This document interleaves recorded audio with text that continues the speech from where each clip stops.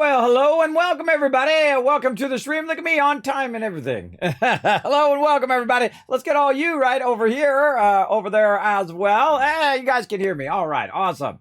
Well, we're going to have some fun tonight. Holy mackerel, have I been working hard all day. I got up like 10 a.m., everybody. That was 12 hours ago. 12 hours ago, and most of that time, I was doing nothing but giveaways. All of them. I went down 132 giveaways, everybody. I didn't even know I did that many. That's a lot of giveaways. Holy mackerel. That's thousands and thousands of dollars worth of giveaways, everybody. So if you haven't checked your whisper yet, you need to get in there. You need to check your whispers, everybody, because holy moly, I went one after another, after another, after another down for hours and hours and hours of doing that. Then I actually packaged a whole bunch of stuff up, which I got behind me over there, ready to go out. So I have everything except for one thing where I was having trouble with the address. Also, I sent out all the Steam gift cards. I sent out all the codes. I sent out one of the Amazon gift cards. The other one, Blue Chronos. If we see Blue Chronos in the chat, I asked him for his email address, and he sent me his actual address. You know how it goes. You know how it goes, everybody. Might have got confused there. So if we see Blue Chronos in the chat, we need to let him know, hey, you need to whisper Kismet your email address so I can send you that Amazon gift card. So there you go. You got your mind, redeemed all the codes. There you go. Well, again, if you guys have any trouble, you guys let me know. That was quite, when I'm sitting there doing that, everybody, I always get this thought in my head, what the heck was I thinking? It's so much work, everybody. It's so much work to get to the point where I could give those away. And then it's so much work to give them away. Because I already did that another day too, everybody. I spent another 12 hours organizing the last Monday, just getting them organized and putting everybody's name of who's giveaway with what. And then I had to go through and get all the codes and then give all the codes to each individual person and whisper, then make sure everybody's address was right. And then I got all that stuff. So that's about, I don't know, a full day, 24 hours of working on that. I don't know. I come up with these crazy ideas. But I'm glad I could make your guys' holiday season. So hopefully you got something in there. Now remember, if you did get some atoms, those are reliant on Bethesda. And I sent you all a note about that just a bit ago here, that's reliant on Bethesda. Now they might be out for the holiday, everybody. I kind of feel like I haven't got any response from them. So I kind of feel like they're out for the holiday season and they might not be back until after the 1st. Just a heads up, everybody, on that. So I've sent that information in. It might take a while. You might be like first week of January, second week, third week. I don't know. I have no power over that, everybody. I just send them who it is and what platform they're on, your Steam ID, your Bethesda ID, and then your what platform you're on, and they'll go and they'll do it on their end. So don't keep asking me, Kismet, where's that? Kismet, where's that? I have no power over it. Be aware that they were nice enough to sponsor the channel for that stuff in the first place. So be kind, everybody. Be kind on that. I appreciate them just sponsoring the channel. Now here's what we're gonna do, everybody. Shh. We got some secret bonus giveaways. I'm not gonna put it in the title. I'm not gonna put it in the tweet. Just for you guys. Now here's what I want you guys to do for the rest of the week. I want you to work together in the chat. Every time we hit 20 retweets, we're going to unlock another giveaway here in the stream. All right, so you guys are going to have to work hard tonight. Make my mods work as well. They're going to give you tens of thousands of caps for that as well. For every 5 retweets, I'm going to give you 10,000 caps. For every 20 retweets, I'm going to start a 5-pack a game code giveaway here in the stream. All right, so we hit those 20 retweets tonight. I'm going to start that up tonight. We don't get it tonight, we're going to try again tomorrow. We don't get it tomorrow, we're going to do tomorrow night. You get it. I have 5 more 5-packs, by the way. And just so you know, I've given away 24 5-packs already. So actually, I think it'd be 22 because I think the first 4 or 5 were just one. I can't remember, but it's something like that, everybody. Let's just round it up. 25 times 5 is a lot. That's 125 games I've given away just in like the first, I don't know how many ever days it's been, 19 days. By the way, this is officially the longest streak I've ever done on Twitch. Today is the day, everybody. So every day after this is a new record. The actual longest time I streamed was last year, 18 days in a row. This is now 19 days in a row. So, yeah, the glass is helping. My eye strain. They're getting my throat fixed. Helping that. Steering clear of stupid doctors that don't care whether I live or die. Awesome. Now, I don't get triggered that much, everybody. We're going to have a little talk before we get into some Fallout 4. I don't get triggered that much, except for the line, there's nothing we can do. Now, I've told most of you my experience going to the emergency room, but I'll give a little rehash of it. I won't, I'll just go through it a little faster. I'll, give you the Cliff Notes version. So I was going to pick up my daughter. And as I was going, and this has been happening for months. I've been having trouble swallowing my food. I can't actually swallow it. It gets down there, it gets stuck. Then I have to drink some water, something to push it down. And I have to always have water when I'm eating. Otherwise, I'll choke and feel like I can't breathe. So I was driving over there, and all of a sudden, I just could not breathe. I couldn't catch my breath. It was like all of a sudden, I was being choked. And so I turned the car around. I did a legal U-turn right there in the middle of the road, everybody. I was like, give me a ticket. I'm not going to die. And so I went over to the emergency room, drove myself to the emergency room, checked myself into the emergency room. I said, hey, I'm having trouble breathing. I don't know what's going on. I don't know if it's a heart attack or if I'm just having trouble with my breathing.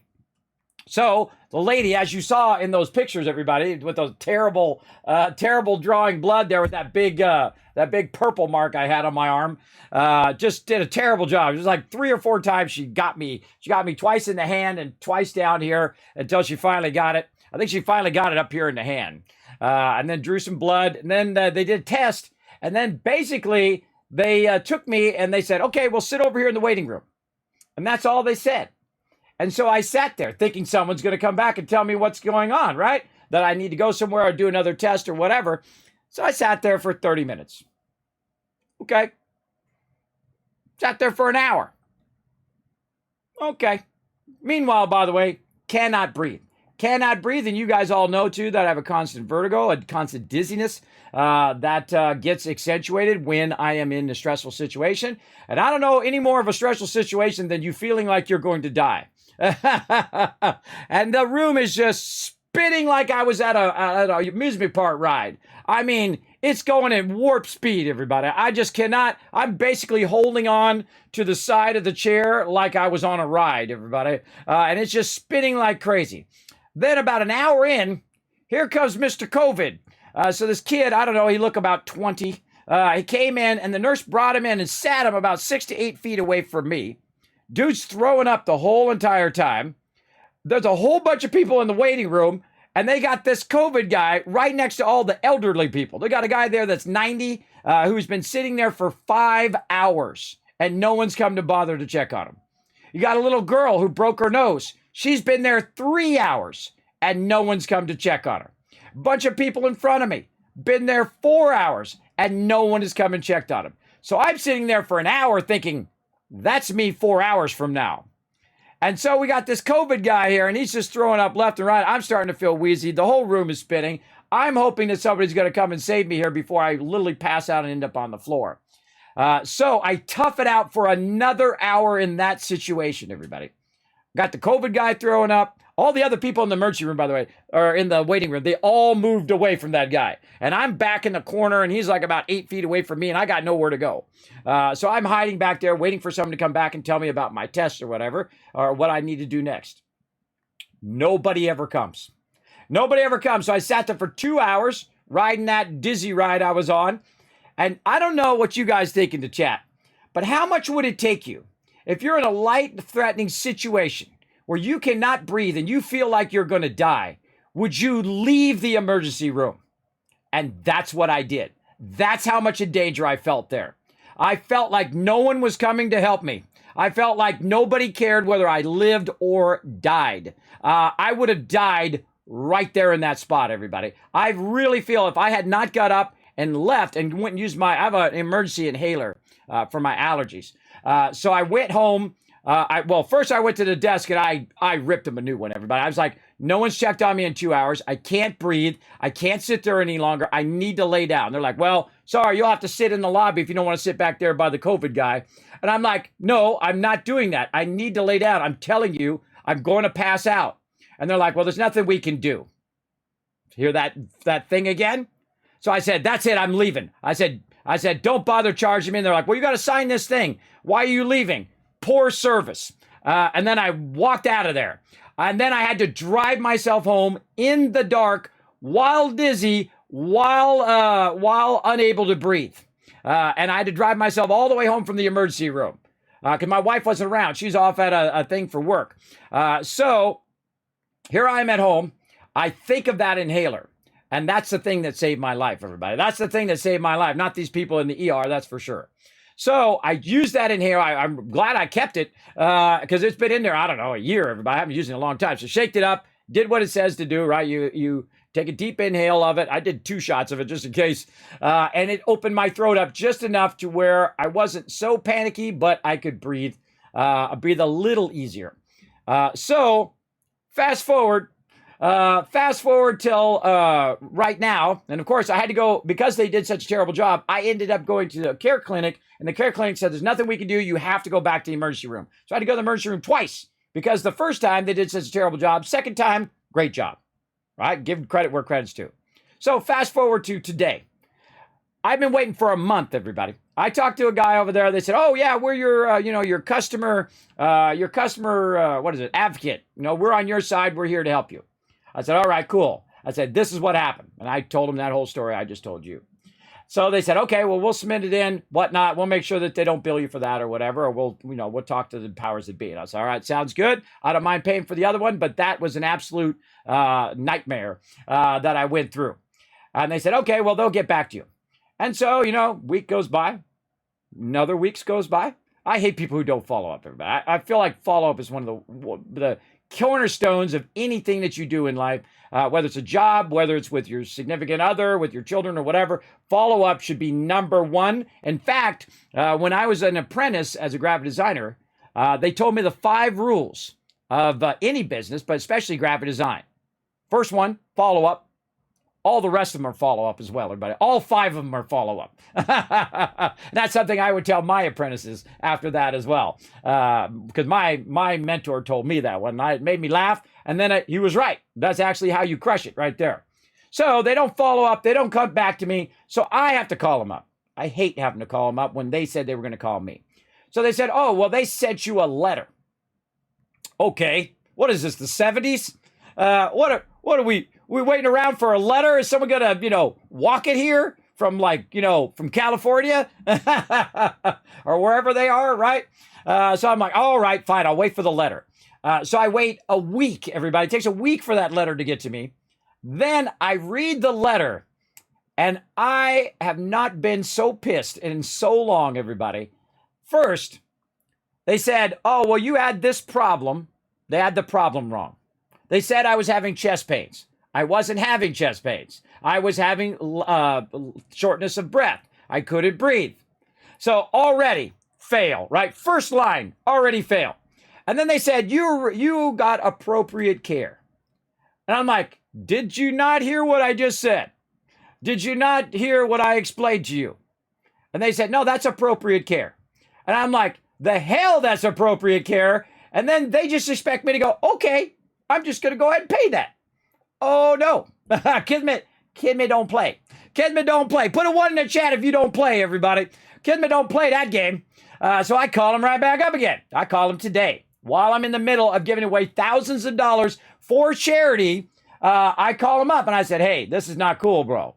You guys first took a month to get back to me. And now you're saying that I had adequate care. If I had adequate care, I would not be talking to you on the phone right now." And so I laid it all out for him again. And he says, "There's nothing we can do. They already sent you a letter. There's nothing they can do. They've already decided." And I'm like, oh, hell no. So I said, "Great. Give me the number of the secretary of the board of directors." And he's like, "Well, I can't give that out." And I said, "That's okay. I'll get it. You either give it to me or I will hunt it down. And I will find every person on the board of directors and I will give them your name and the lady's name who sent me that letter." Because you know what that letter's like? She pulled up a past letter. She put my name on it. She kind of thought what it was, my problem was, and then she sent me that letter. That's exactly how they work in corporate, everybody. They're going to try to just get you to roll over and pay it. I don't mind paying for good service. I don't mind paying for when I feel like, even if it wasn't the greatest service, at least it helped me in that moment. But I'm certainly not going to pay for life-threatening service that was going on that day. I am absolutely not going to pay for that, and there ain't no way they going to force me. So that's where I was. And man, did that piss me off when they said, there's nothing we could do. Don't ever listen to that, everybody. I have heard that my entire life. I hate that sentence. There's always something you can do. And you got to think, I've been in technology forever, everybody. I don't like to say a definitive thing. I say, these are your options. You pick from these options. Not there's nothing we could do. So I told that guy, first, write everything I said down on my account. I want it all written down. First, you got what my condition was wrong. Second, I put in a complaint against this whole thing because it was life-threatening. Third, they didn't tell me what was going on. They didn't tell me I had to sit there for 3 or 4 hours or whatever. They didn't tell me any information. They sat me down in a waiting room and never came back again. And so on and so forth. The rest of the story. Man, I went off on that guy, everybody. And I'm like, I know it's not your fault. You're just following, the mechanics or the wheels of the cogs here of the machine. But I will not take, there's nothing we can do. Absolutely not. So he said, well, they might call you back. I'll forward it to them, but they may or may not call you back.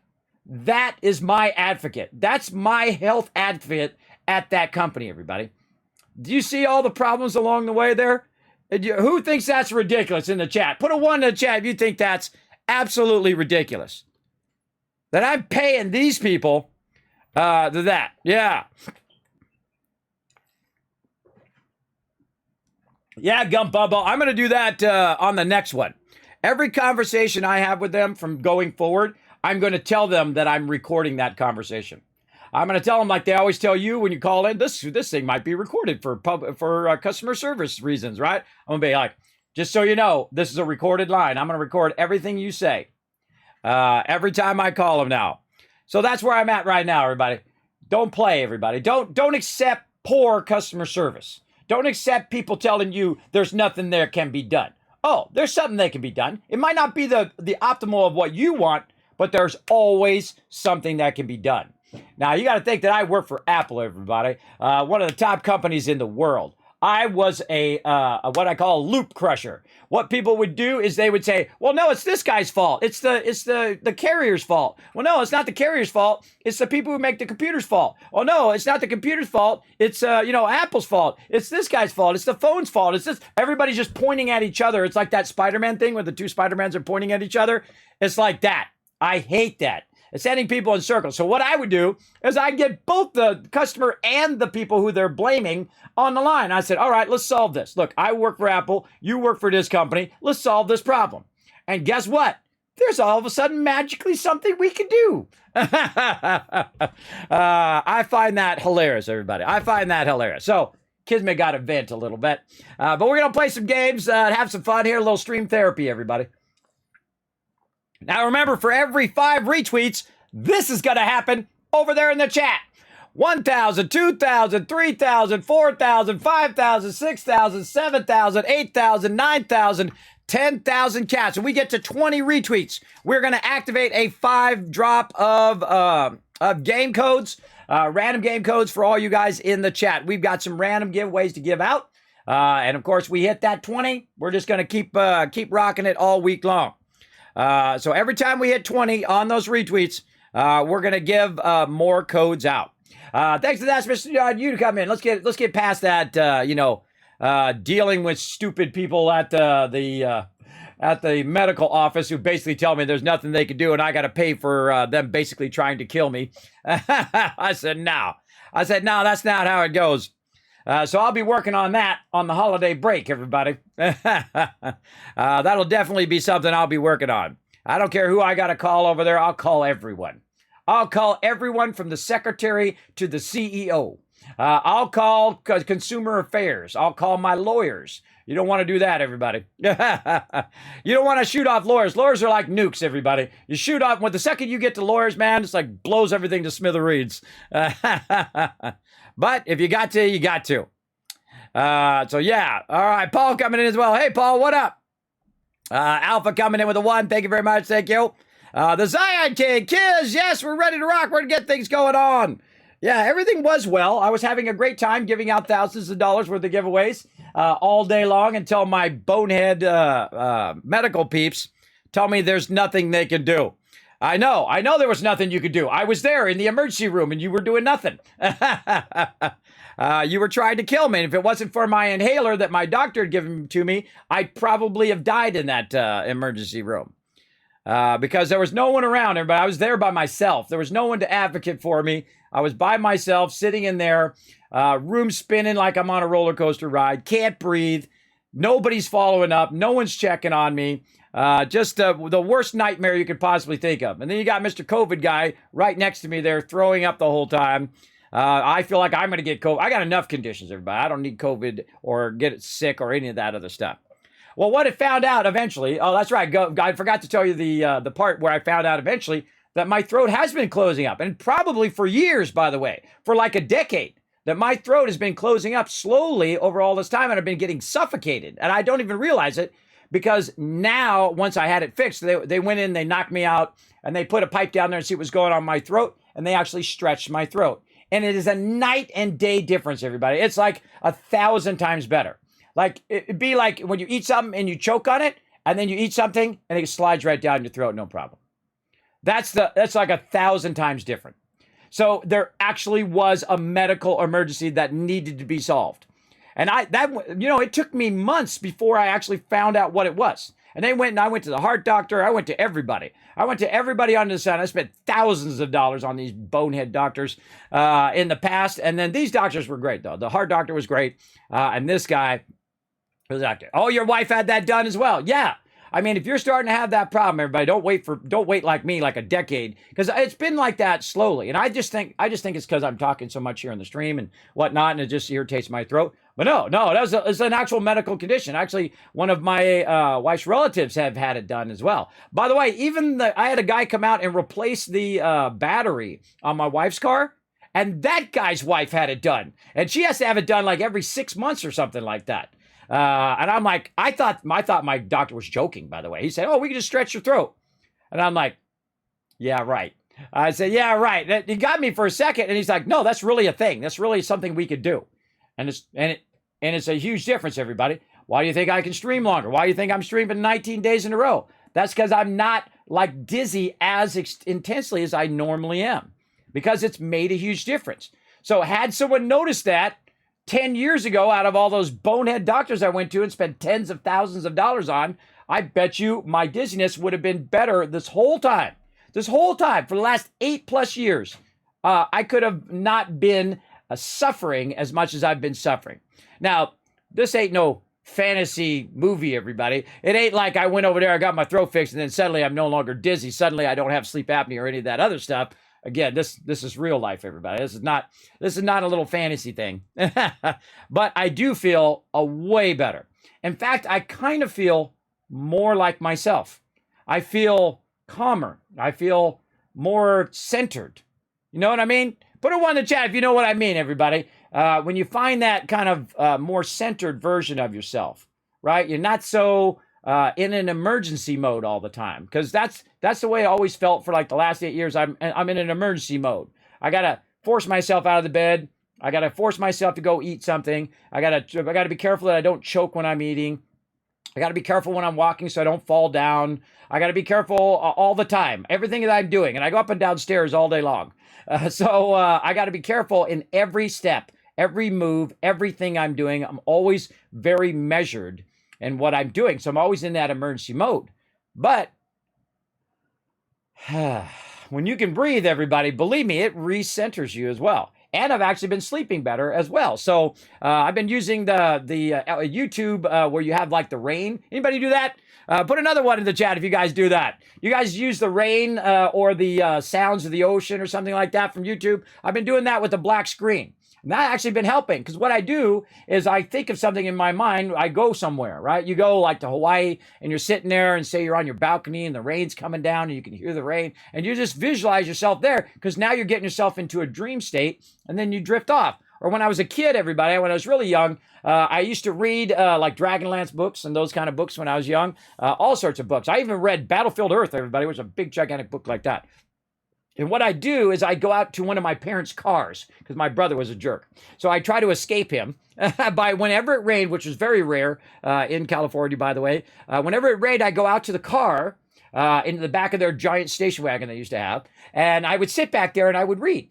And so I would listen to the rain and I'd read. And sometimes I'd doze off out there, right? Just one of those kind of cozy spots where you can be away from all the other peeps in the world and just read your book and chill out, right? That kind of thing. So that's been working as well. So again, been working on all of that stuff. But I do need to get back working on my health because we got 6 months to go, everybody. 6 months until my 53rd. I wish it was my 23rd birthday. My 53rd birthday. I have one last wish in life, everybody. I call it one last wave. I'm going to catch one last wave before I get too old and there's no way I'm going to ever be able to surf again.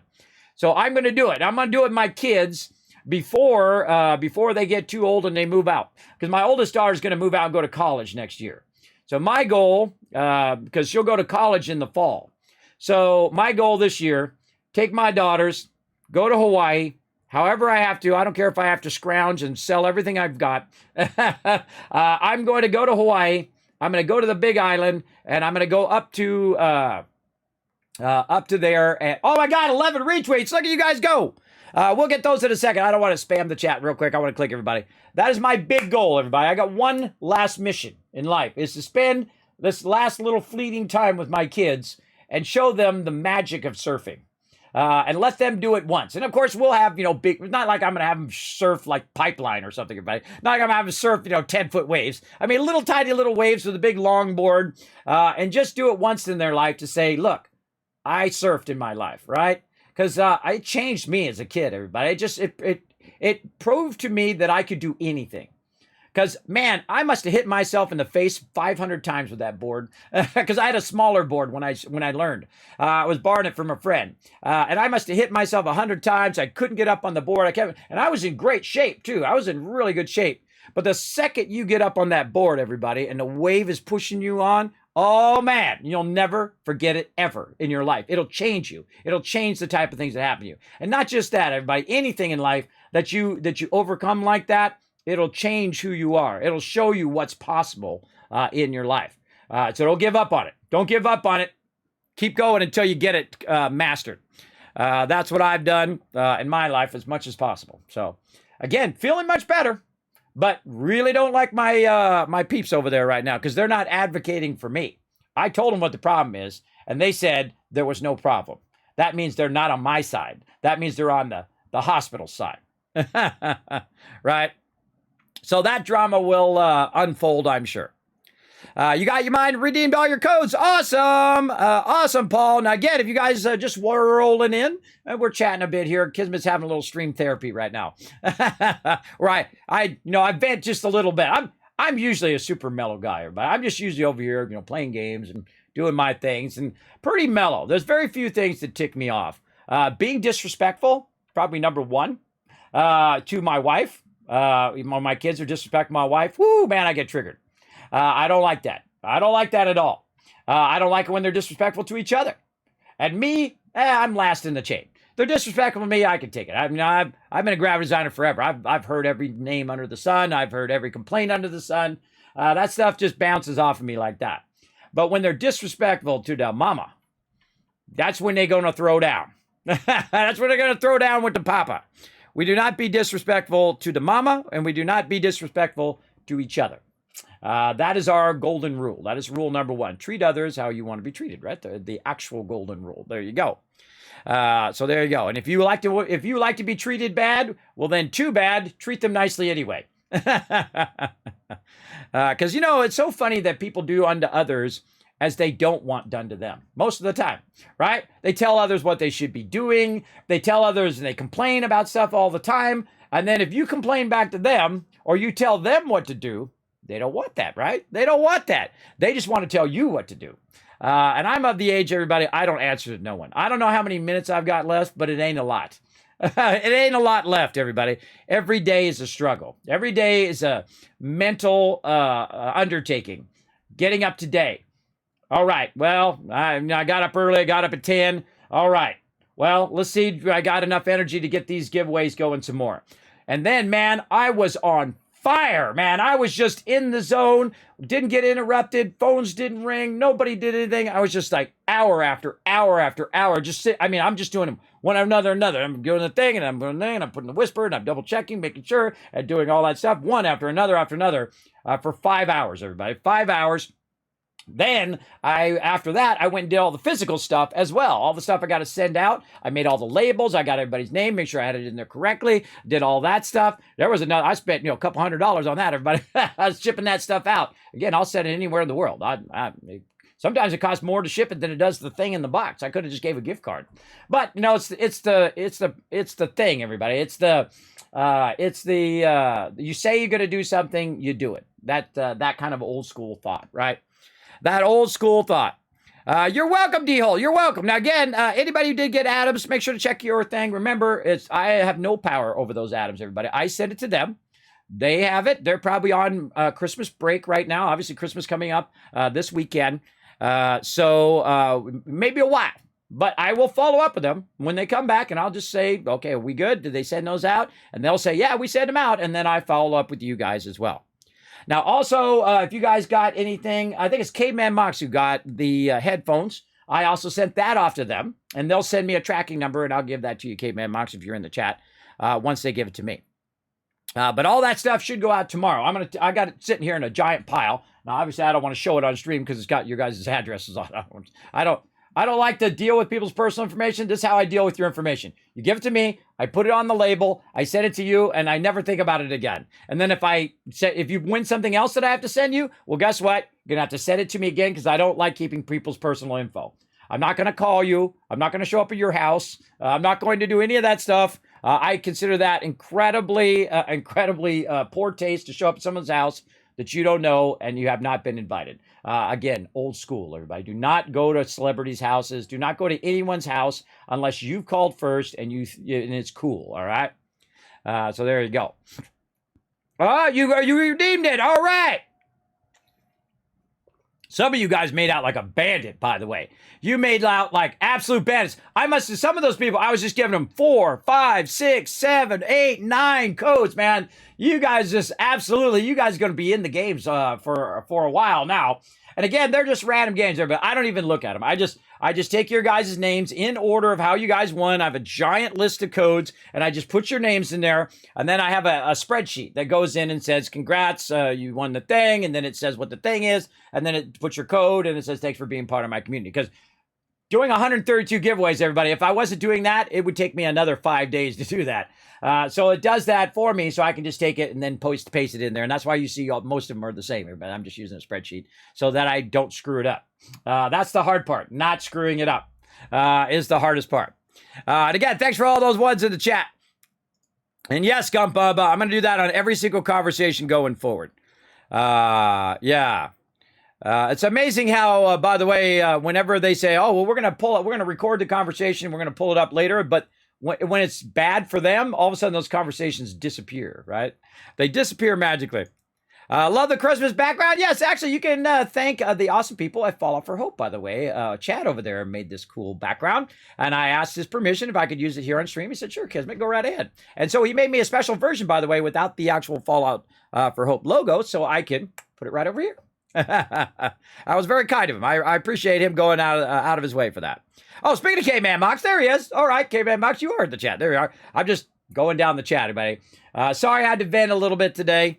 That was so insulting. I can't believe that guy actually said he was my advocate. He was the patient's advocate, and then basically said there's nothing he could do. Man, just there. I thought lawyers were like sharks. No, they're more like nukes. They set off theirs, you set off yours, and then everything gets screwed up. Just like in Fallout, everybody. Hey, Kesman Chat, how goes it? Going good, Dragonworth. Other than that kind of problem I had today, great day today. I was on fire. Now, I'm probably not going to go that late, everybody, because I've literally been going for 12 hours straight. I tried to lay down and rest. I couldn't lay down and rest. I was just there, tossing and turning the whole time. But I got up and I said, all right, let's get the stream going. Let's get everything going. We'll play for a little while, until I feel like, okay, that's enough. And then I'll go rest and we'll come back tomorrow, because tomorrow we're going to play some 76, and we're also going to play some more Fallout Shelter and more Fallout 4. Now, tonight, what we're going to do is we're going to have some more sorting fun in Fallout 4. We're going to play around with that. I wrote down what I'm going to be doing today. We're going to try to get Automatron going on, as well as we have a ton more giveaways to do, everybody. But to unlock those giveaways, we got to get to 20 retweets. All right, I'm gonna set some goals. I'm gonna see if you guys can work together in the chat, right? If you guys can crush it in the chat, we're gonna get it going. Oh, and thanks to Caveman Mox, who's also in the chat watching my chat for me. He's in mod mode. Thank you very much, Caveman Mox. Make sure to show him some love in the chat over here as well. So it wasn't asthma. It was the fact that my throat was actually closing up to the point in which I was being asphyxiated. Had I not had that inhaler, another time I dodged the Reaper, everybody. I have dodged the Reaper, I don't know, 8 or 10 times in my lifetime. I mean, really. I mean, like certain death, like going to die. Like absolutely for sure know that I was going to die. And had not one thing gone the right way, my way, or I did, in my case, walked out of that emergency room, I would be dead now. I would be dead, because my doctor said, wow, I'm so glad we came in and we took care of that, because it would just get worse over time. It would just, eventually I would not be able to breathe at all and eat. I would not be able to eat or breathe. So yeah, scary stuff. And then everybody's telling me, oh yeah, I had that done. No, yeah, I had that done. All these people telling me they had it done. I didn't even know it was a thing. I'm not a doctor, everybody. I'm an artist and a graphic designer and a gamer. That's what I do, and an entertainer. Put on my little song and dance here. That's what I do. They got their job, and they're supposed to be good at their job, and they're supposed to be your advocate and not the advocate of the hospital. So yeah, that was not cool. Not cool. Yes, you said, yeah, Gut Bubba said that your wife had that done. Yeah, I'm telling you, if you have that problem, everybody, if you're having trouble breathing, and I bet you that this has been, again, I talked to the doctor and he was like, he thought the same thing, that's what's been causing my extreme dizziness all this time. Because, a lot of times my dizziness goes way down. Whenever I'm chill, when I'm relaxing, I'm playing games. See, I don't get all tense when I'm playing games, because I'm not trying to be the win. I'm not trying to win all the time, everybody. I'm just trying to enjoy the journey, right? I'm not trying to be number one in Fortnite, or I'm not trying to be the number one Call of Duty player or any of that stuff, and with all the stress that goes along with that. I'm doing this to not be stressed. This is what I'm doing to enjoy myself. And thus it brings my dizziness way down. It's a weird effect that your brain has on your ability to control those medical conditions and your ability to, I still do it to this day. 8 years later, everybody, 8 years later, I still, when I'm walking, I look at a doorknob, so I'm not looking at all this stuff going on. I'm focusing on a single object so I can go from one point to another point. And I have to do that every single time I get up, every single time I go somewhere. I have to stay focused. I have to be in that emergency mode every time, or I will fall and I will injure myself. Absolutely. I've fallen hundreds of times. Absolutely. Out of nowhere. It's like all of a sudden you're down here with level 1 dizziness, and then it just goes, it's like a flush that comes over you, right? Like all of a sudden, whoa, everything gets real dizzy, and boom, down I go just like that. And I've fallen up the stairs, luckily not down the stairs. Every time I go down the stairs, hand on the handrail. Every time. Right there, ready to grab it. Now, sometimes I don't actually hold the handrail. I just put my hand over it because, germs. I'm that way, everybody. I'm just slightly a little bit of a germaphobe. Just a little bit. But for good reason, because I don't want to get sick. But I always have my hand there every time I go up and down. But lately, because of that, had that throat done, that I'm not doing it as much. I can actually feel a little bit safer going up and down the stairs because I'm not extremely dizzy. And I'm not extremely uneven when you're walking. See, when I walk, I have to walk in a rhythm up and down the stairs now, right? So that I walk, I'm not really like, you know how it is when you go up and down the stairs, you don't even think about it? I have to think about it every time, and it has to be like a rhythm. Otherwise, I trip or I fall. So yeah, that's how it's been for the last 8 years, 9 years now, going on 9 years. But I tell you, that had a huge effect. And again, this ain't no fairy tale, everybody. I wish it was. I wish someone could just wave a magic wand and there I am, perfect. I'm good now. I'm all better. But I am way better than I was from that one thing. Had I done that 8 years ago, I think that would have made a big difference as well. And I can tell you that I can talk longer here on stream too. I can talk longer. I don't lose my voice as much. And that's because it's not closed up where all that drainage from your sinuses and stuff are not getting stuck in your throat. That happens to me all the time. As I have that sinus. Anybody else have that? Put a one in the chat. That happens to you too. We're always having that stuff stuck in your throat all the time. I know that's not cool. That's not the most sexy thing to talk about here on stream, but I know some of you understand what I'm talking about. I know, right, Gum Bubba? I know. Another funny irony, my doctor's apprentice or whatever she is, assistant, her mom had the same problem as me. She had a middle channel ear imbalance, and it's like called Minerva's or something like that. She had a really extreme version of it where she actually had to have them make it where she's deaf in that ear, where she's actually deaf so that dizziness would stop. I'm like, no, I can manage the dizziness, everybody. I would rather not be deaf. I already lost partial hearing in one of my ears, so everything sounds muddy when there's multiple sounds going on at the same time. I've already lost that hearing loss, and that's usually what causes it, by the way, when you have hearing loss. And I bet you it's from being in the water as a kid all the time, but in the ocean, in the rivers, in the ponds, in every ounce of water I could get myself into, I was all about it, everybody. I was all about it when I was young, at the river, sea-doing, boating. I was, in the pools every day I'd be in there. You had to crowbar me out of there. I was in the pool so much. Yeah, that's the way it is. And I bet you that's what it is from diving in, that water hitting against your eardrums and all of that. Everything comes at a cost, everybody. Everything comes at a cost. Now, see, I have this dizziness. Now, if I go surfing, everybody, I could die for doing that because I won't know which way is up. That's very scary too. But that's why you got people backing you up and you got people watching you. So if you go down and you don't come up, someone could go out there and get you like that. And that's why I'm going to go to a little surf school and have them make sure that I don't go the wrong way and have someone watching me. I will tell them I have that condition and say, look, I need somebody out there. If I fall off and, count 1, 1,000, 2, 1,000, and if I don't come up, you go after me. As simple as that. Hey, Notorious CDK in the chat. Hey, Shamrock as well. He agrees right there. He says, hey, Kismet chat, hope everyone's doing good. Doing good, Notorious CDK. Thanks for coming in and hanging out. Yeah, you got 1 million caps. Well, let's get those retweets going. Now I'm going to give you 10,000 more caps here in just a moment. This is actually my favorite part of the stream, by the way. Did you know that? Is talking to the chat, either at the end or at the beginning. I love talking to the chat. AMZ saying hi, Notorious CDK. Now, again, everybody, anytime you see all of our donators who have helped us get to our mega goal here for Fallout for Hope, make sure you show them lots of love every time you see them in the chat. All right? Yeah, Junkers. Yeah, bringing that love in. There we go. Notorious saying, hey, back. That was your safe spot. Exactly, Big Mike. My brother was a bully, everybody. And he's not all there, right? Too many drugs, too many bad choices, too many ex-girlfriends. I don't know. But, just because somebody is a scumbag doesn't mean that you can't still love them, right? He's still my brother. I still love my brother, still love my family. But you can't have them around. They're not trustworthy.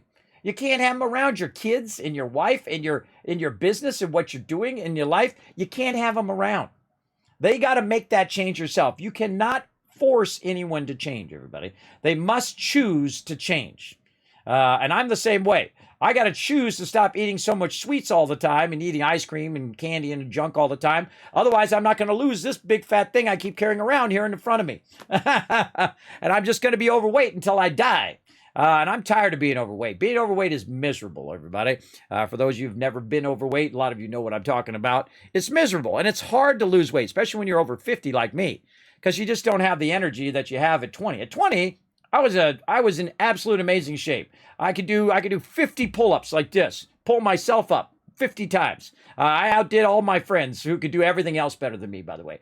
They were way stronger. They could pull down the full rack when we were in the gym. There was no way I was ever going to do that unless I, started steroiding or whatever. I don't do no roids. I don't do that. I just want the strength.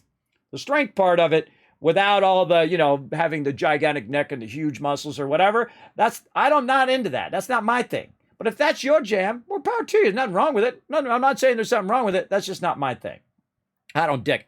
But again, my friend was like that. My friend was huge, man. He was like one of those guys. You see him coming into the gym, you're like, whoa, that dude is ripped, right? And he would pull the whole rack down. It was amazing the first time I saw him do that. I'm like, no way. It's like 225 pounds, by the way. That's 225 pounds. They're pulling that whole rack down. That's crazy. That's nutty, everybody. That's some crazy strength right there. That's the way I feel about crawling down a hallway, flames rolling over you, nothing like it. Yes, that's scary. There we go. Yeah, I know. Come on, guy. Yeah, he's on the hospital side. Exactly. And I called him out on it, too. He thought I was just going to roll over and say, oh, okay, well, you sent me a letter. I guess that means that I gotta, take bad service and pay for bad service. I'm like, no, I don't think so. There you go. You redeemed it. You're welcome. Enjoy. I don't know why that came up again. You're welcome, Stacy Carter. Well, hey, you earned it. You won it right here. They're your Kiss Caps. Use them when you need them. Again, we get to 20 retweets. We got 13 right now. We need some more love over there on those retweets. We get to 20. I'm going to give 5 more away. You can win some more tonight. We get it going. If not, I'll save it till tomorrow. We got 5 more rounds of it. So when we crush those 20 retweets, we're going to get it going. And I still owe you 10,000. Don't think I forgot. I just want to say hello to everybody in the chat first, then we're going to get into it. And again, we're not going to go for as long tonight, everybody. Again, I've spent 12 hours today working on stuff for all of you. So we'll go for just a little bit. We'll try to get in maybe some automatron, a little bit more sorting. We're going to try to get a little bit of that in and have fun with that, try to unlock our robots and do all of that fun stuff. I thought you would have had gastric issues prior to gastric episode where you could not breathe. I do have gastric issues. I have, what do they call that? Acid reflux. Acid reflux. And I can tell you, everybody, I am the worst at taking medicine. I am the worst patient. I'm just like when you're an artist, you are the worst client. Because you're an artist, so you want it to be just perfect, right? So you're the worst client for other people, for other artists that you hire, because you know what you want, right? Where other people won't know what they want, and then they make something and they say, oh yeah, that's great. That's good. Me, I'll be like, nah, I want it like this and maybe a little bit more like that. You know how it goes. But I'm also the worst patient ever because I can't remember. I just physically can't remember stuff. And there's nothing I can do about it. I can try some Dinko Biloba, but I guess what, everybody? That don't work for me. I've never tried it, by the way. I actually had someone I knew that took that stuff, and she was very ditzy. Ditzy blonde. Sweetest person you'd ever meet, though. Sweetest person you ever meet. But she would take that to make herself not as ditzy. But she was super kind. And actually, she actually have a painting up here on the side, or a poster I printed out when I was young, that she actually had framed for me. She was so kind. That was very nice. Very nice back in the days. But I do start taking some acid reflux stuff as well on top of that before they did my throat. And that helped as well. And I've been taking it every day on time, every day. I get up. It's the first thing I do. If you want to remember to do something, do it the very first thing when you get up. Before I do anything else, before I use the bathroom, before I turn my computers on, before I check my email, before I do anything, I go right to taking that medicine every single day. And I've done it now for months, which is the longest I've ever taken medicine in a row as well. I'm supposed to take it for like 3 or 4 months. And that should help me because my throat is also healing. And by the way, you get micro tears when they stretch your throat. So you could potentially have an issue. But my throat right now feels way better than it's felt in years. I mean, just amazing, the difference. It's stunning, as a matter of fact. I'm a little afraid it's going to close back up now, right? Now that I've said it was so awesome. Because you know how life is. You know how life likes to give you hurdles to jump every day. Vestibular therapy. I had to go through that as well. Oh, really? Yeah, you got vertical balance off? Yes, I have the same problem. A constant, a balance problem where everything's kind of like this all the time, right? You have the same problem where everything's like this? It's like, it's not solid. It doesn't feel like you could just walk like a normal person anymore. You remember what it's like to walk like a normal person. You didn't think about it. You just walk like a normal person. You went up and down stairs, never held the handrail. I did that my whole life, everybody. Never thought about it once. Never thought about holding the handrail. Never did hold the handrail. Just run up and down the stairs. I'm at the airport. I'm, at some location. I'm going up to the second floor of some building or whatever. I didn't want to wait for the elevator. I just go right up the stairs. But now I have to hold that handrail because it comes on so suddenly that I could fall. And I have fallen. So I know that's a thing. So, and I do that every time. Postnasal drip. Yes, that's it. I got that as well. It's pretty bad. Oh, and you're also, oh, you're deaf and you aided by a cochlear implant. Oh, there you go. Yeah, they told me I should get a hearing aid, and then they told me how much it costs. And I said, well, let's see. I can send my daughter, I can help my daughter buy a car. I can help my daughter go to college. I can help my kids eat food and, basically have school supplies and books and things of that nature and keep the power on. Or I can get myself a hearing aid. Which one do you think I chose? So they just have to suffer with me asking them to repeat themselves. Now, it irritates them to no end, everybody. You get no love as a partially deaf person, or even people who are deaf, because it's like something's wrong with you. As opposed to someone who's blind, where people feel at least a little bit more empathy for you. Even there's some people don't even feel things for people with disabilities at all. They have no empathy for anybody else. But I feel like being deaf is a tougher than empathy-wise, not tougher in life, but tougher in getting that sympathy from others, to getting that understanding of your medical issues. I find it very tough. I find people get irritated when you ask them to repeat what they said. And it's not your fault. It's not you're doing it on purpose, right? It's not like you're making them say it again to screw with them. You didn't hear what they said because the TV's on and someone's talking at the same time and they're talking about it. All you can hear is that's what you hear. You can't hear anything because there's too much sound going on, and that sound is already muddled. So you have to have them talking and just them talking to be able to hear them, unless you have a hearing aid. And I don't got 200 $2,000, $5,000, $10,000 to get a hearing aid. That's crazy. Yeah. Oh my gosh. Really? $150,000 for your implant? Yikes. I know losing a sense is expensive. I feel you, bro. I feel you. Big time. I lost my sense of being able to walk. That sucks. And be able to hear, and then be able to think, and be able to, I'm amazed I'm still able to make sentences, everybody. I don't make them as well as I did when I was young. Also, by the way, a long time ago, in a whole, what feels like a past lifetime, I got in a really bad car crash as well. Man, I got hit from the side. Dude hit me at 60 miles an hour. And I saw him at the last second, and he was about to hit me. He was coming straight at me, everybody. And I saw the lights like this, and I turned the car at an angle. And so instead of him hitting the side of the car, which I would have been right here, he hit the front of the car and hit the car in my head, slammed into that window at like 40 miles an hour, everybody. And I feel like after that, I felt like a different person. I felt there was something off after that. So I don't know. Maybe that's what caused it. Maybe that's what it just kind of manifested itself many, many years left. I don't know. Now you have bionic hearing. Awesome. You can hear what people are, people talking trash about you in the next room. You can hear them. I think that's kind of cool, as a matter of fact. My stream is directly into your implant. Well, I will try not to be too loud. Try to be too loud. I had this teacher once in school. I guess we're just going to sit here. I should be just chatting at this point. I had this teacher when I was a kid. And whenever it would rain in California, everybody would squeak their feet, squeak their sneakers. All the kids would do it all the time. And they weren't doing it at her. They would just do it because they liked the noise. They just wanted to make loud noises, right? And that poor lady, everybody, she had a hearing aid. So I can only imagine now as an adult how bad that was. I never thought about it when I was a kid, though. I never thought about other people when I was a kid. I was always thinking about my own stuff going on. But now that I think back, that lady would get ticked off at everybody. She goes, "Stop doing that. Get to your seats." She would go off in it. I had a flashback of that just now.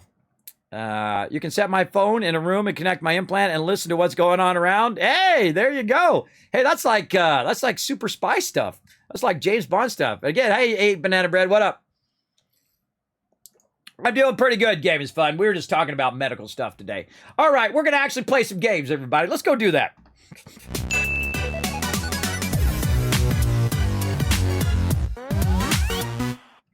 And it's always something, everybody, when you have this big thing to do, like in my case, I had 132 giveaways to do, everybody. And when you start that, that's going to take a while. And you just hope that you can get yourself through at least a portion of it or a bunch of it. But I crushed that today. And that makes me feel good about me. That I set this insanely humongous goal, and I've already spent, 6 hours on it before. So that's like a total of 12 hours or 12 hours before. I can't remember. And so I spent probably a total of just just giving out the giveaways, not the whole time, the 6 months before that of getting everything together and talking with sponsors and doing all that stuff.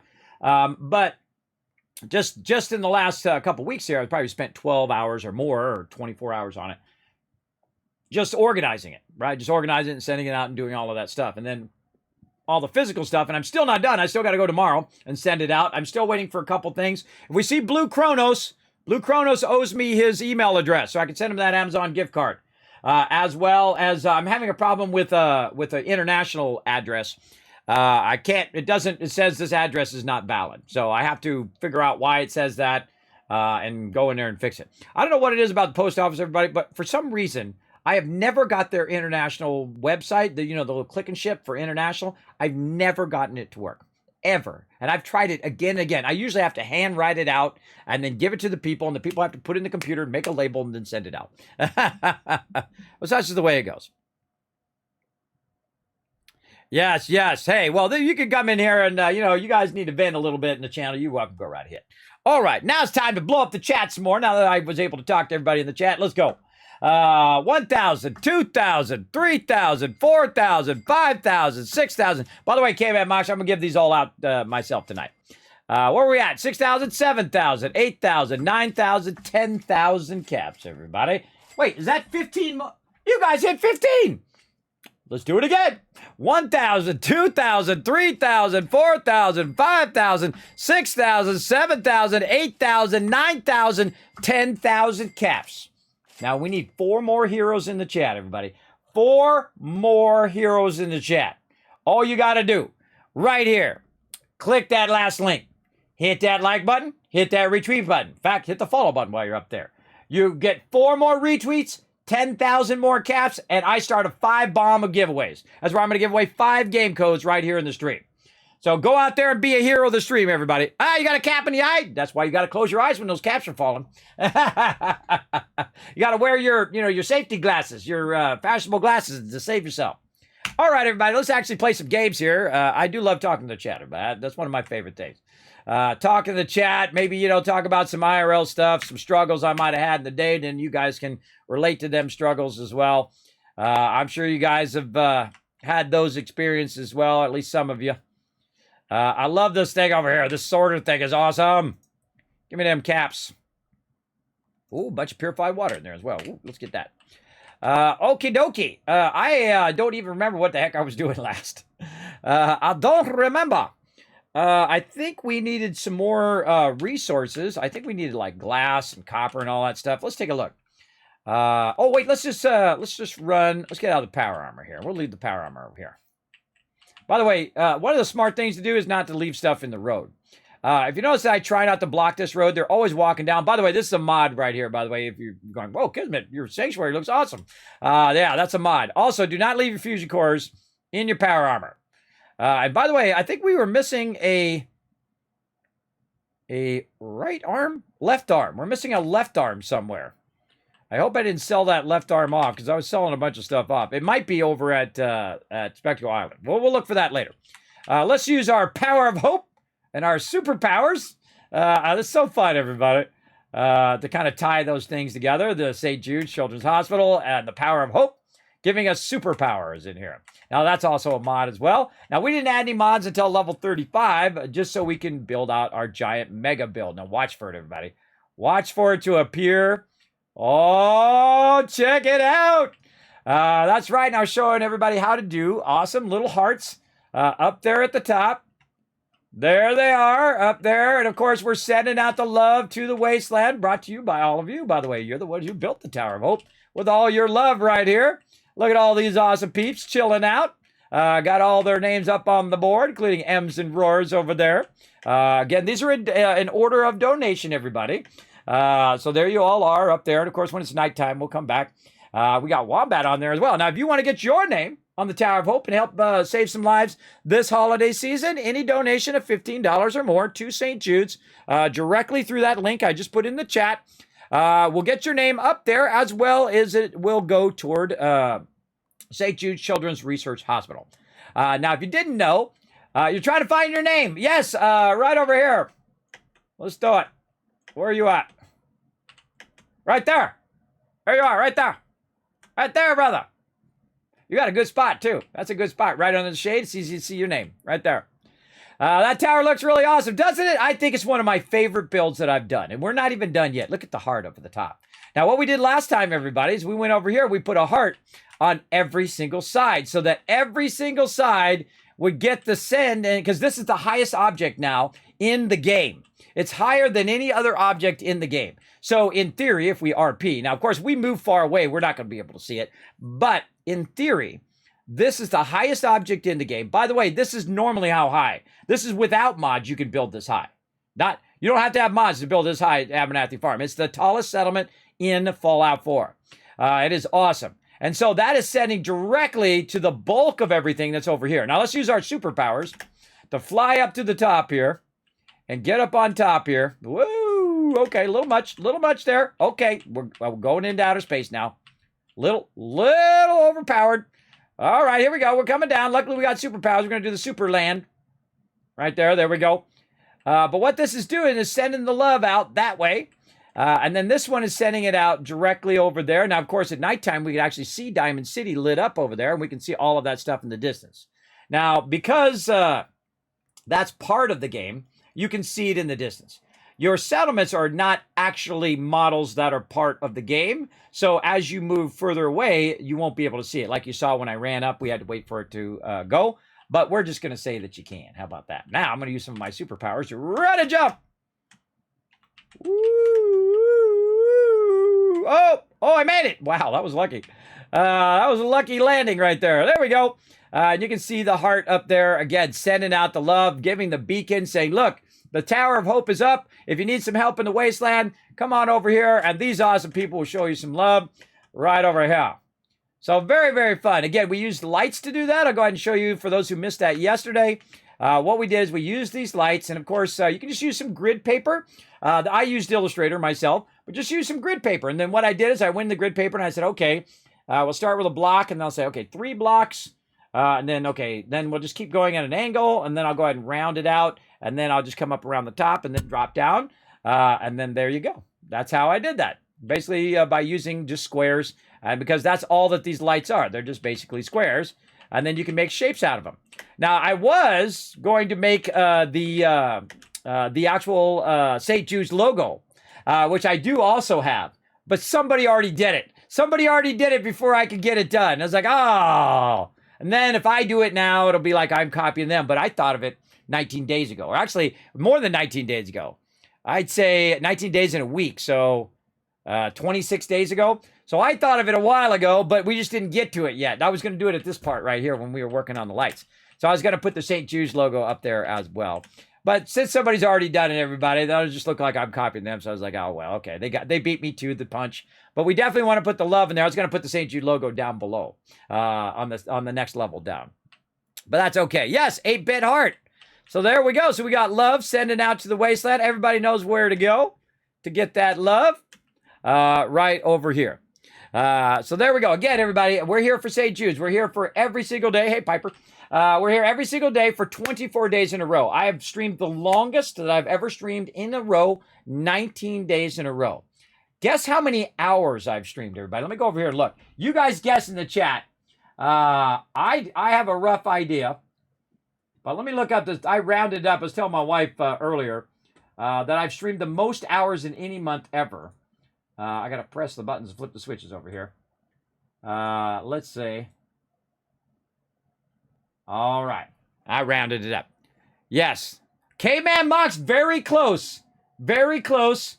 I'm at 174 hours in just 19 days. Yes. So if we take that in weeks, everybody, that'd be 3 weeks. Hey, Suri, what's 175 divided by 3? 175 divided by 3 is approximately 58. 58, so we'll call it 60. 60 hours a week for the last 3 weeks. Because that would be 3 weeks. Wait a minute, that's not right. I divided by 3. How many weeks have we been going?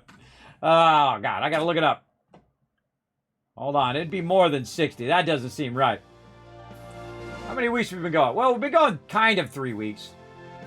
It's time for a stream avatar boss battle. Type !join and then make your choice between a warrior, priest, or mage. Let's just call it 3 weeks. You only got so many seconds. Go. So there you go. So yes, around almost 175. By the time I'm done, I'll be pushing 200 hours. 200 hours for St. Jude's in a single month. And then also my longest continuous streaming marathon. Because last year was 18. Now we're 19 right now. So I've already beat that record now. And that's all thanks to getting my throat fixed, getting my glasses, which helped with my eye strain, and of course, working on all my conditions all of these years. So I consider that a huge milestone in my health, everybody, not just here on the stream, but overall in my health, and that my health is getting better.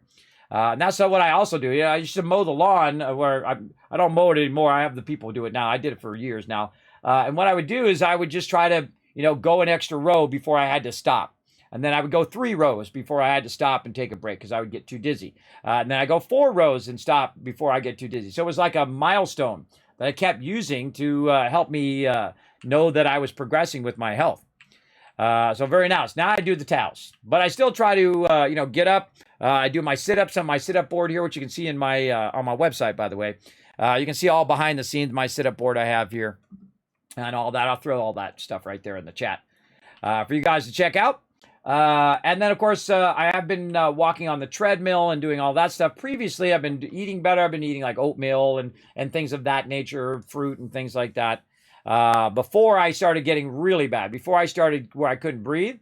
And then I stopped doing that because, when you can't breathe, you can't do that stuff. So now I got to get back to it because we only got 6 months, 6 months to make it happen. But I'm going to lose 30 pounds. I'm going surfing with my kids. One last wave.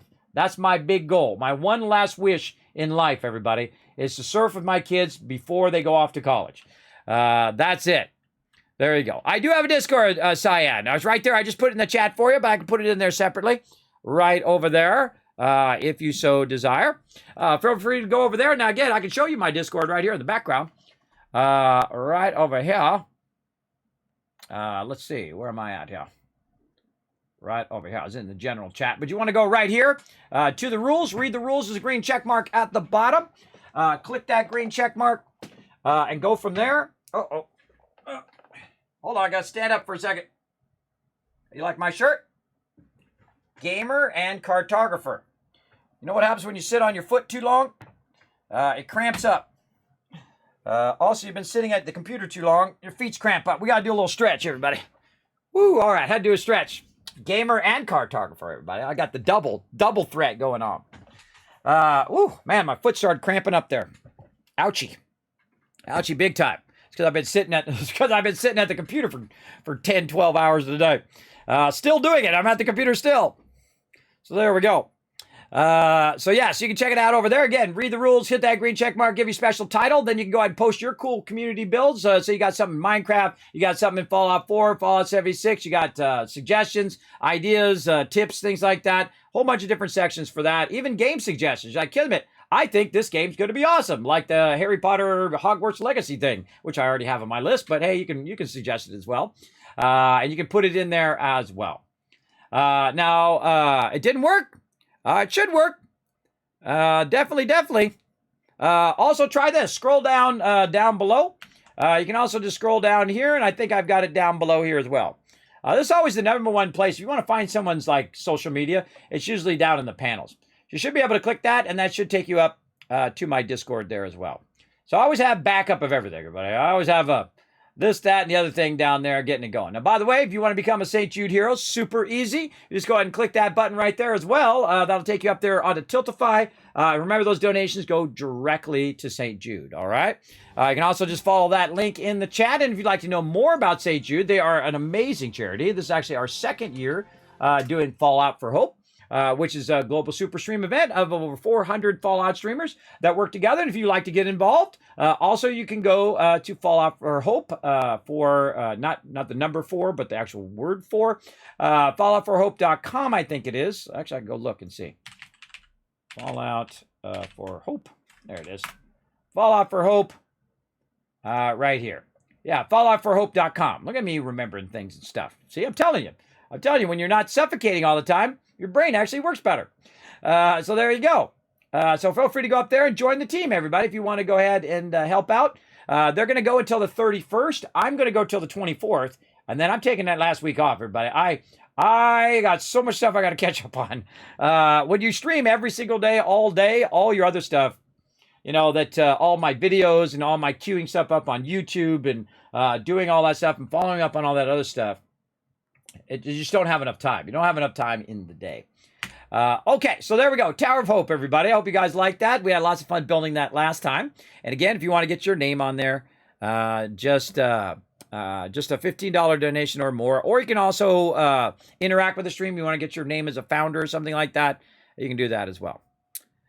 So again, you can follow all those links and let me know if you're good. I'm on iPad and not laptop or PC. Then you probably need my invite code. I forget what that invite code is. Hey, Caveman Mox, can you figure out what that invite code is? I forget what that is. I'd have to look for it over here. If you're on mobile, you need that like invite code number. Let's see. I think Caveman Mox has the power to do an invite. Just invite him into the rules channel. Just create a separate invite for him, if you could, and then whisper him that. Caveman Mox, let me know. Yep. Okay, you're good. Okay. Yeah, if you can just go make him a separate invite under rules, and then just like whisper it to him here on Twitch, and then he can follow that. Because on mobile, you need like my invite code or something like that. So there we go. Yeah, so just whisper him. Well, I'd whisper him on Twitch, and then he can just, because he's watching Twitch, so he can just go to his whispers on Twitch and then click it, and then it should take him to his Discord app.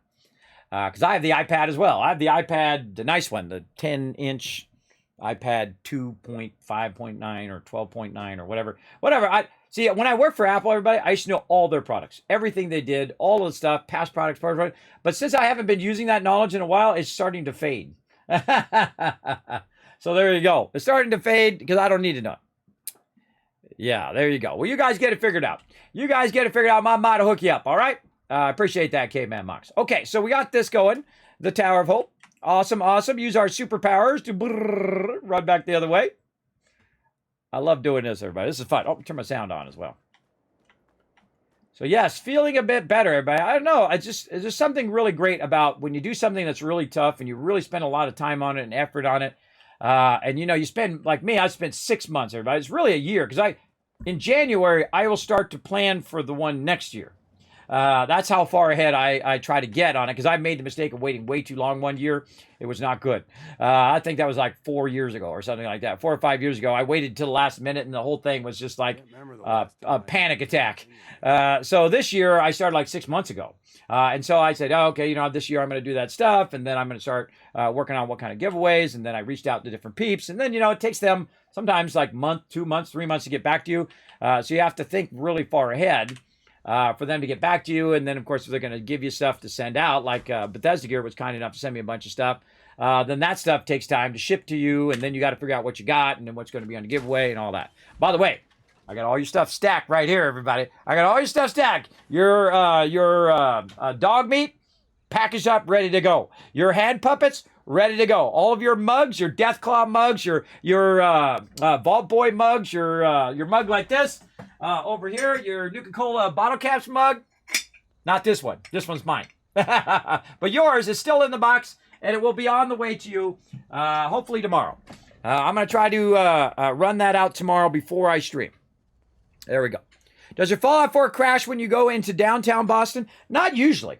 Not usually. I find Fallout 4 to be pretty stable. I actually found Fallout 76 to be pretty stable. I actually crash more now than I did at the beginning of Fallout 76.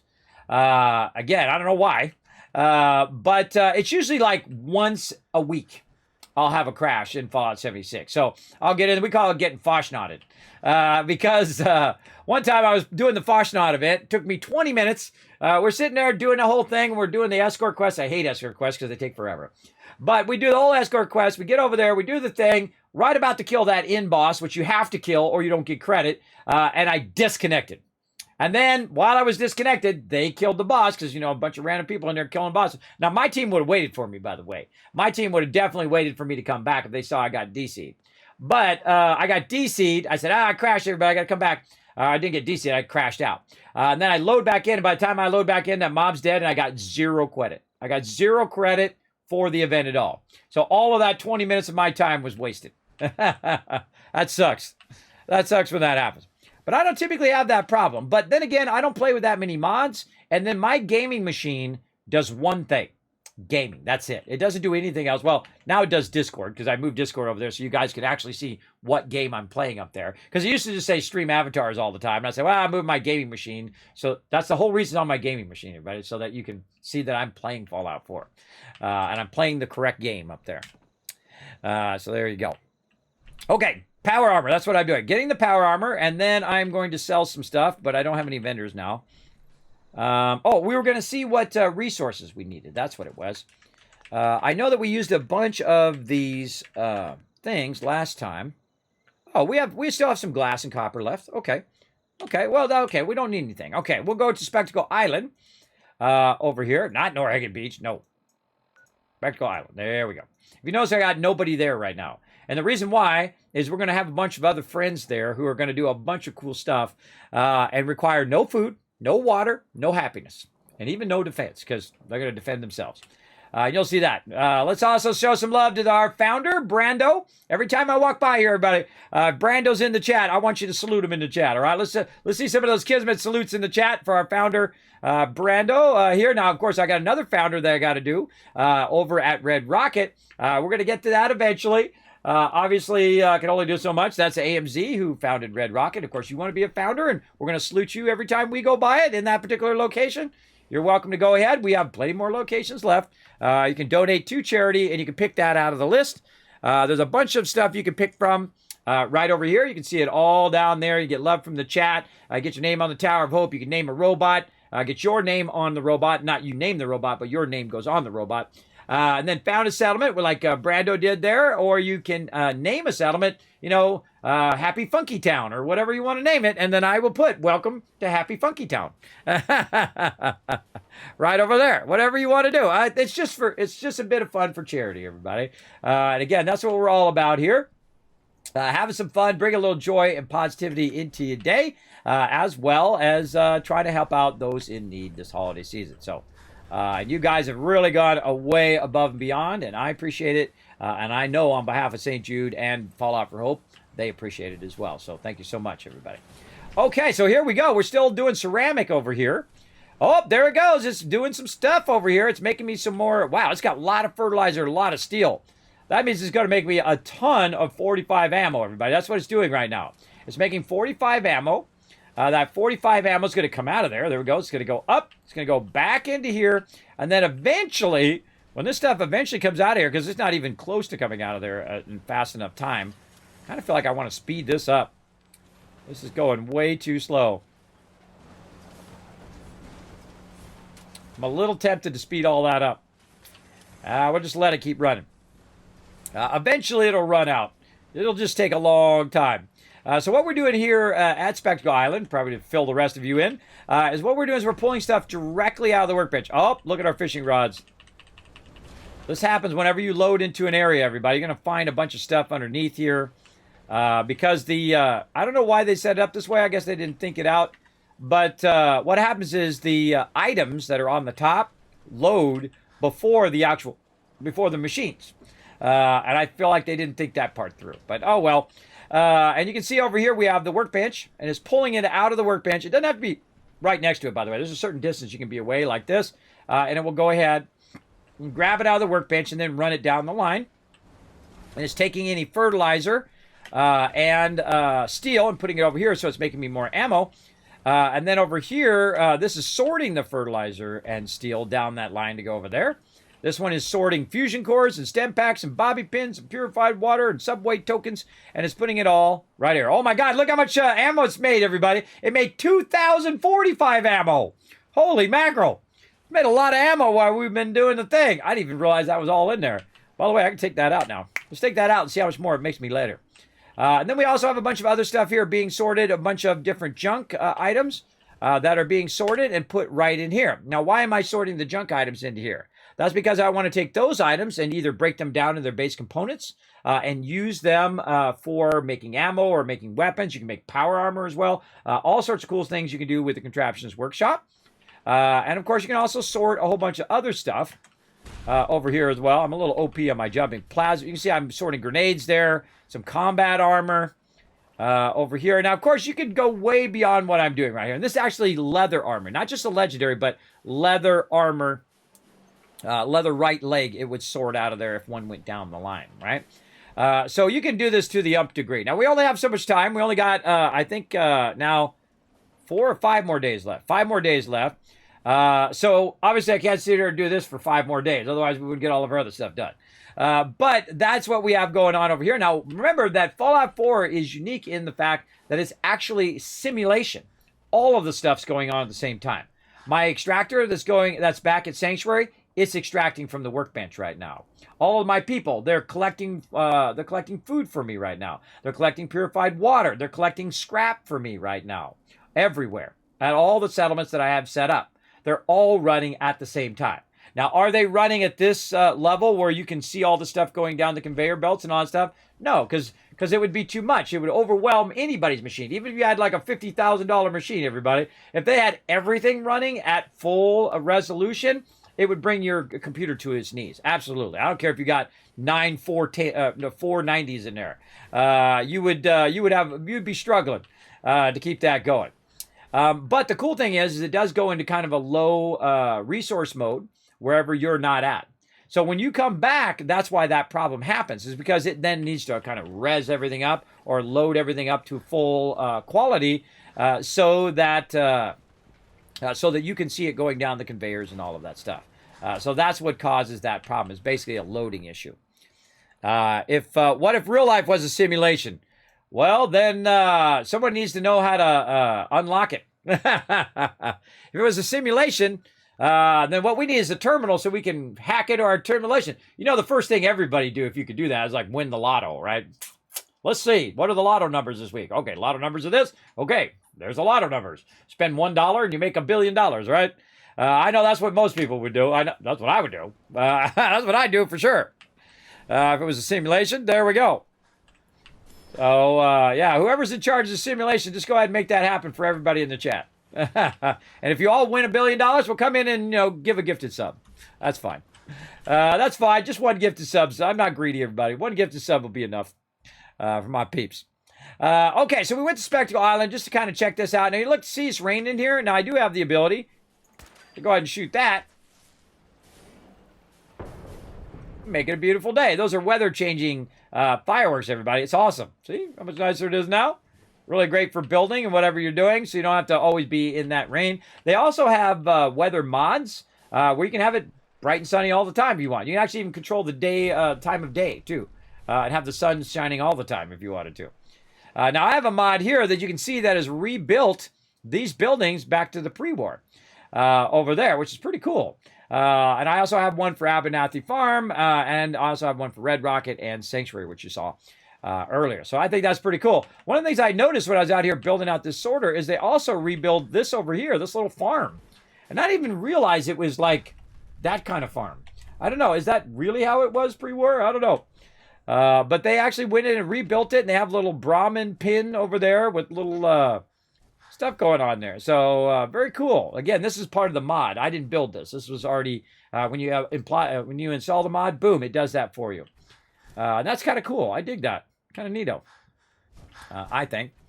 Okay, so we got that done. Now, what else do we need to do? We need to get our automatron going on. That's what we need to do. Now, again, everybody, I'm not going to go too long because I have been going all day and I didn't really rest. And so if I don't rest, then tomorrow I'm not going to be here. So we're going to try to be smart. You know what we'll do? We'll go back to Sanctuary first, and we'll drop off all this heavy loot, and then we'll go try some automatron. Now, it's funny because I actually have some clips of me doing automatron one time, and I'm playing in the survival mode, and I literally walked up to where all those robots are, and they one-shot me. Because you got to watch out. Survival mode ain't just a little bit harder, but it's an order of magnitude tougher, so be careful. Be careful out there, but I usually play survival mode because I feel this mode is just way too easy for me anyway. Way too easy. Oh wait, I gotta now put that in the workbench, otherwise that'll come out on the sorter. I forgot. I'll put over. Whoa, I still got more purified water in there as well. Let me pull that out of there. I forgot I had that in there. Let me just put this other random stuff in here. like so. I'm going to keep the purified water. So I'm going to put that down below. We're just going to offload some of this stuff. Oh, we got to get rid of all of that stuff. Man, I'm way overburdened with something. It's got to be the water. All right, let's go down here. Put all this water. Now, this is how I make my millions, billions, and trillions, everybody. Right there, that's 14,000 caps. Right there. And I'm like level 30. But I can tell you, I was making 6,000 caps every couple days at level 16 or 19 or whatever it was. I was making a lot. And that's because the first thing that I do is think like if I was really there, what would I do? You know what I'd do? I would do this right here. I would add a ton of purified water and sell purified water because that's what everybody needs. What's the number one thing that people need both in real life and in game? They need water, everybody, because that's the one thing that you can't survive without. I mean, you can have food, and then food has some of that water in it, but you definitely need to have this kind of stuff, the old H2O, right? You'd fix your stats. Oh, your real life stats. Me too. I take away my negative perks, everybody. Sleep apnea. I take that perk out. I take out, constantly dizzy, constant vertigo, or whatever that long name for it is. Minus that out, right? Just go right in your negative perks, like in the old Fallouts, right? And you go right here, and for those who've never played the previous Fallouts, by the way, you have some positives and some negatives that you choose from. And so if you get this really cool perk, well, you also have a negative that you have to deal with sometimes. So it'd be cool to go into your real life and just take out all the negatives. I'm with you with that, Sentinel. I'm with you. I, in fact, give you 1,000 Kiss caps for that. Now, how are we doing on those retweets over here? Oh, my goodness. We're at 19 retweets. Who wants to be the hero? Who wants to activate a giveaway right now? We need one person and one person only, or more if you want. But one more person goes and follows that link in the chat. Follow that last link. Go up to Twitter. Like button, retweet button. Hit the follow button while you're up there as well. And bam, I'm going to go ahead and start a giveaway right now. I will start it right this second if I see one more retweet over there. All right? Let's go. Let's blow it up. I want to give you guys some loot tonight because, giving out 132 giveaways earlier today wasn't enough. I want to give away another, so many. I'm going to have 150 that I give out here in the stream or more. Let's do it. So again, this is how I make my money right from the very beginning. I go straight to making purified water, and it just makes me an absolute fortune. I've probably made, I don't know, close to 300,000, maybe 500,000 caps so far. I don't know. I lost track. I stopped counting. It's a lot. It's a lot. Within the first 30 levels. I think I'm level 29 or something. I don't even know. I stopped looking after a while. 39. I'm at 39 right now. Hey, whoa. I just reminded myself the second I saw that level 39, I realized that gun nut number 4 is at 39. That's the first time in which you can get it. And we just got that before, and I totally forgot. Hold on. We got to go over this way. Get that going on. Yes. Oh, did you send that in? You send that in to him, okay, man, Mox? I can't see it. It's really small.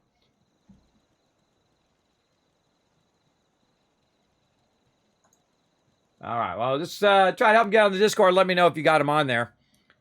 I can't see it. Let's see.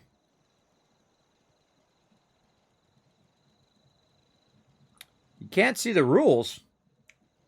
That's weird.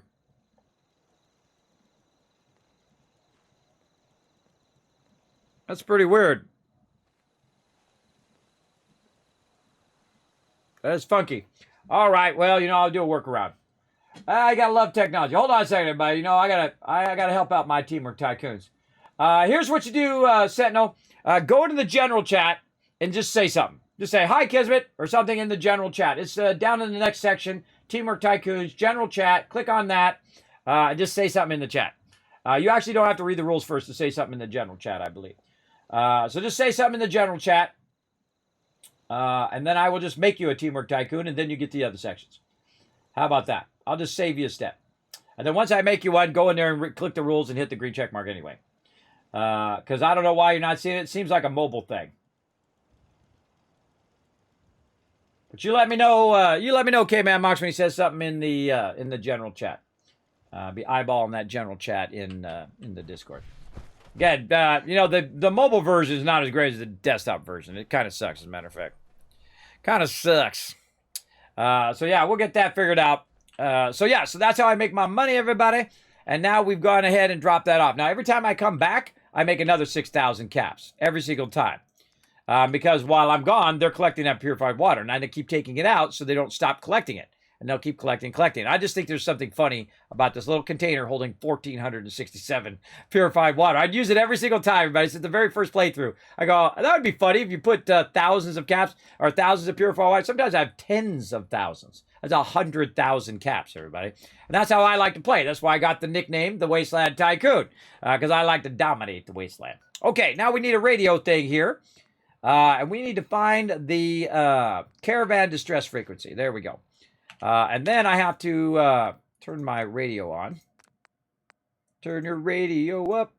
I already had it on. I just didn't have it on. This is an emergency broadcast. Our caravan's under attack by hostile robots and needs some serious help. We're just east of Watts Consumer Electronics. If anyone in the vicinity can come help, now's the time. Ada, loop this message. Okay. We gotta go help out Ada. All right. This one's the weapon one. Okay, we gotta find the caravan. Now, we got a couple things to do. Now, first, we got to go over here and we got to modify. Oop, that's not it. That's a chemistry station. That's a chemistry station. Get out of there. By the way, this is where you do your Superman stuff in the chemistry station. That's a sink. That's a cooking station. Where did my... I'm not going to go look for it. I'm not going to go look at where it wandered off to. When I added that mod, it moved my crafting stations around. I'll just add another one. That's a way of doing it. Right there. Okay. So what we want to do is we got Gun Nut 4. Now, Gun Nut 4 with the Overseer's Guardian makes it absolutely insanely OP. First, already, remember, I got the Overseer's Guardian, what was it, 14 or 16? I forgot. The second I get the Overseer's Guardian, everybody, I already won this game. That's it. I already won. Because I know, once I get the Overseer's Guardian, I'm going to annihilate everybody. Even with 45 ammo, which is what it has right now. Now, one of the things that's boosting this, because it's not a shotgun, it is a rifle. It's a legendary combat rifle. Let me exit this. And what I'm using right now is the Rifleman perk, because it's a rifle, right? So right over here, I'm getting plus 80% of my damage on top of my normal damage. Plus, it ignores 25% of their armor. In a minute, when I get to 46, well, maybe more than a minute, or maybe not at all. We'll see if we make it there in this playthrough. But I'll get double damage, and I'll get 30% ignoring of the limb, and I'll have a higher chance of crippling them in a single shot. Now, the one thing about the Overseer's Guardian that is epic, everybody, is this. You ready? Now, remember, this is 147 per shot. Here we go. Ready? 1, 2, 3, 4, 5, 6, 7, 8, 9, 10. 10 times 140 is 1,000, roughly 500 damage. I just did 1,500 damage in that amount of time that you just saw to any mob. And you saw I shot pretty close to the same spot every single time, except for like one of them I missed. But you can see I shot dead center and the recoil really fast, that much, 1,500 in 10 shots, which is pretty awesome. Now, normally the weapon's around, I'd say around 80 or something like that. Then you get your Rifleman perk and it's going up. Then you go ahead and you go in here. And then when you go to 308, everybody, it's on like Donkey Kong right here. Here we go. We're going to go from our standard receiver. Oh, no. Oh, no, it's Gun Nut 4. I thought we got Gun Nut 4. We got not get Gun Nut 4? Hold on. Or did I get Gun Nut 3? What did I put it in? Oh, I put it in. I accidentally put it in Armorer 4. That's what happens when you get tired, everybody. Oh, that's a heartbreaker.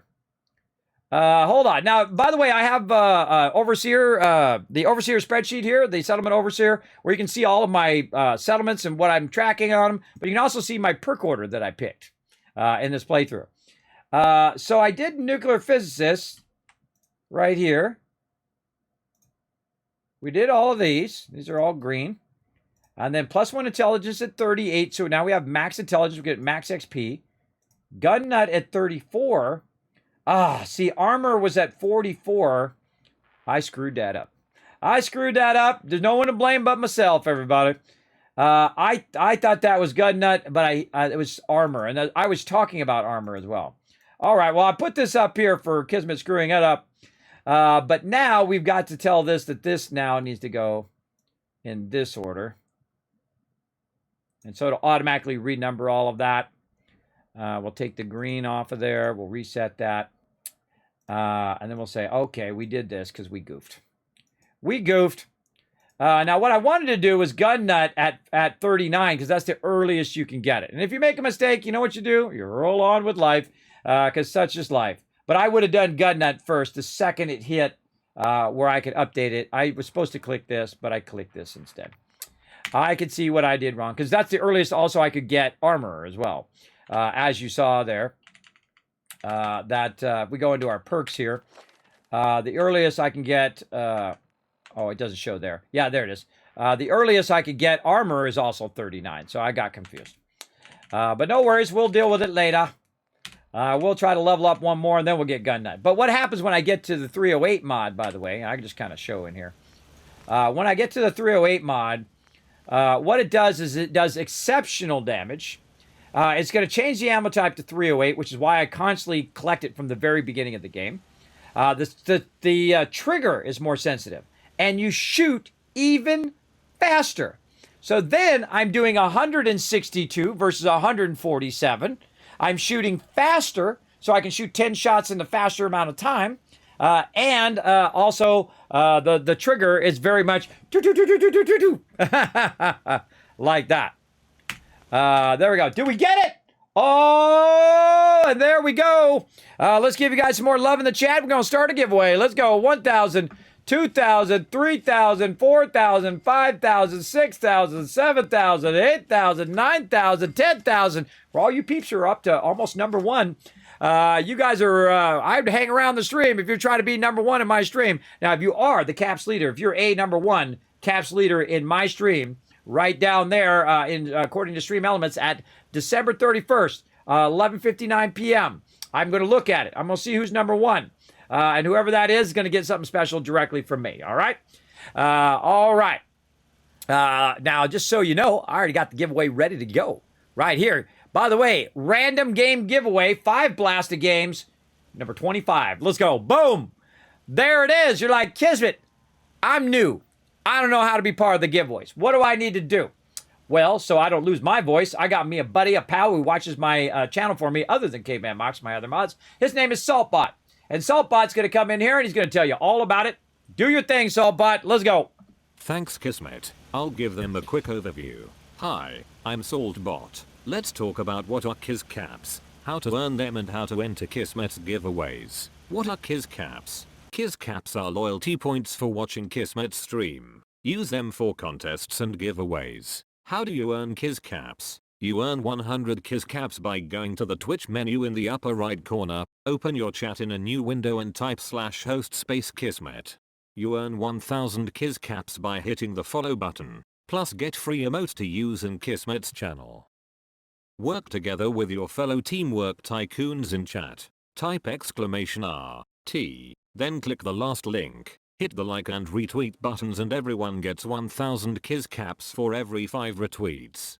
For those of you who want to go above and beyond, you can donate to the stream. The more you donate, the bigger bag of Kiz Caps you get. Plus you can subscribe using your Twitch Prime or choose one of the 3 levels of sub support for 5000 Kiz Caps. This also unlocks all the awesome Kismet emotes, holiday emotes and animated emotes. Plus while you are lurking in chat, you're earning 3 times the Kiz Caps and have 3 times the chance to win giveaways.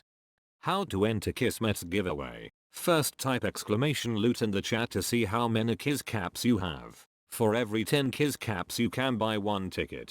Here are several ways to put in tickets for the giveaway. Type !ticket space max to enter as many tickets as you can. This can only be done upon first entering the giveaway.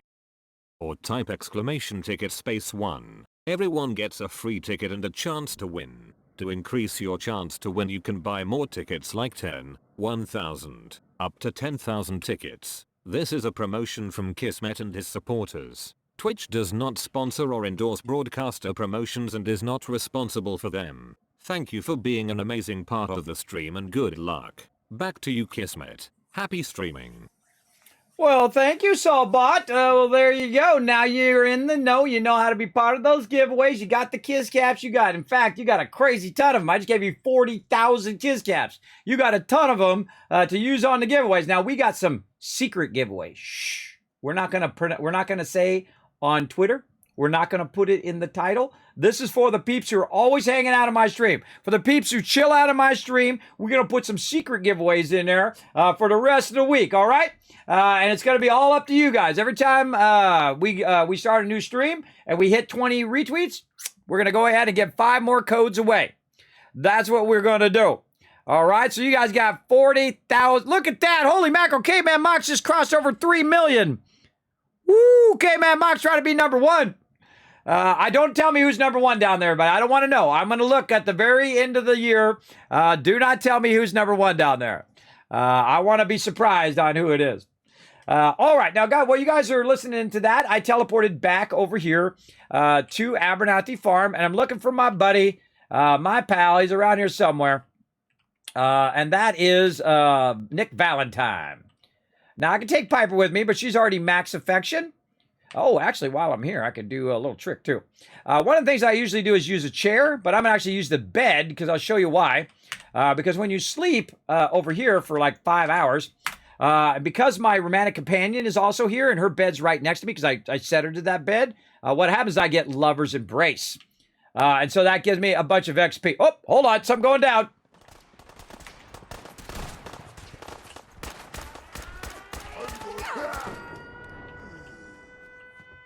Woohoo! Good job. You need a raise. I'm not paying you. Well, then you need to stay the way you are.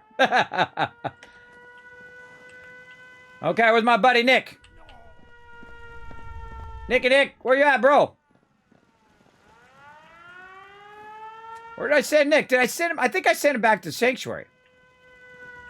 I don't know. I gotta talk to Piper for a second anyway. Hey, Piper, come here for a second. Hey, Piper. Heading my way? Trade. Let's trade. This is what I've got. All right, Piper. Sorry, I'm taking your stuff. I'm taking your minigun. Use your default weapon. Because I'm gonna go give it to my buddy Nick. I think I sent him back to. Maybe I was mistaken. Now it's really dangerous. Oh, we got to get my power armor too. We got so much to do, everybody. We got so much to do to get it going. So I went over here to get Nick, and then I realized that Nick wasn't here. He was back where I just was.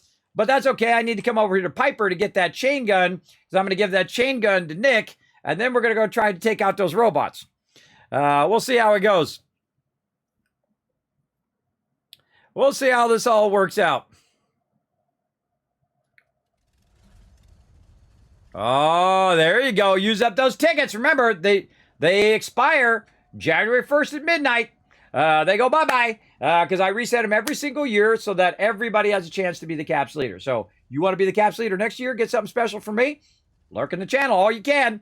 Remember, whether you're a subscriber or a viewer, you're earning caps right there in the channel. And of course, subscribers are earning 3 times the rate, to 3 times the chance to win those giveaways. But I've seen people who come in my stream, like never been here before, come in. Everybody gets a free ticket, by the way. Everybody has a chance to win. I don't exclude anybody. So everybody has a chance to win those giveaways. I've seen people come in, put 1 ticket in, win $200 worth of games. Absolutely. Right here in the stream. All you have to do is go exclamation ticket in the chat. Boom. There you go. You're entered. Because everybody gets that free one. But you also have 40,000 caps, so I would definitely use those up as well. For sure. All right, Nick, where you at, brother? All right, I got to hit the bell.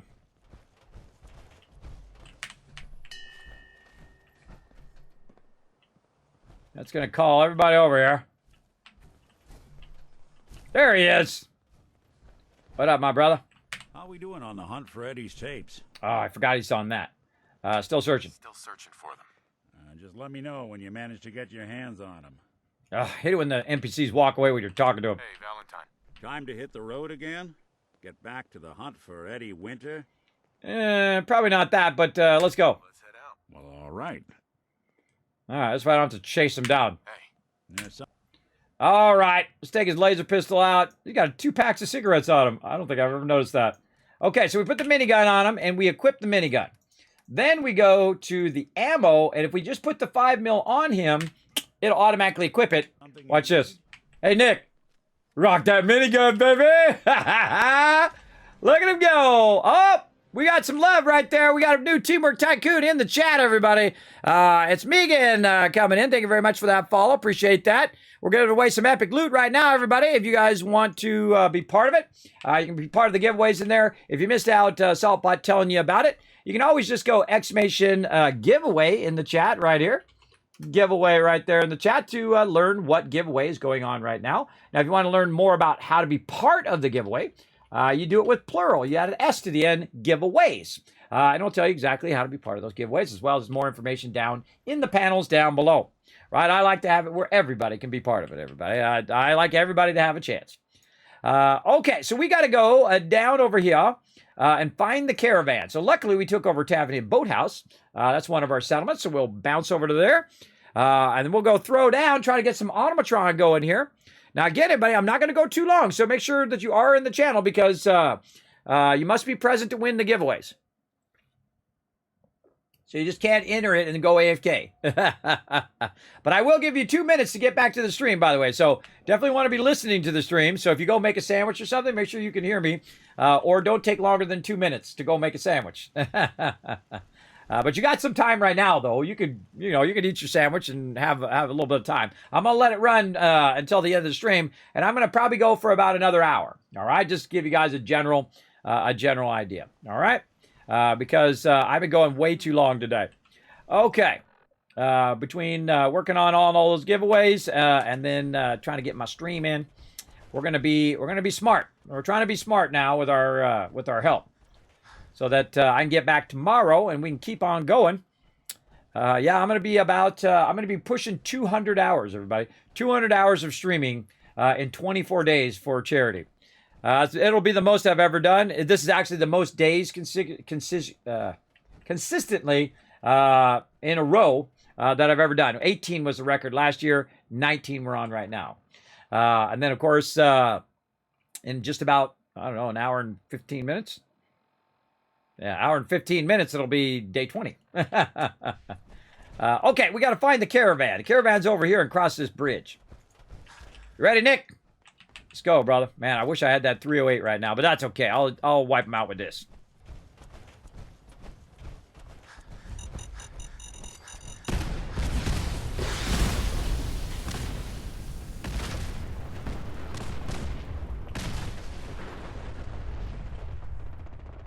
Did you make it, Nick? Oh, I did. All right. Now, it's funny. One time I came over here and I was just talking to chat, everybody. I got to focus. I was in the survival mode, and I literally walked up here, and I got one shot. Ooh, look, the Lone Wanderer. That's the name of the motorcycle, everybody. A little lower for you. All right, Nick. Hey, see what I can do. head over there. Count on it.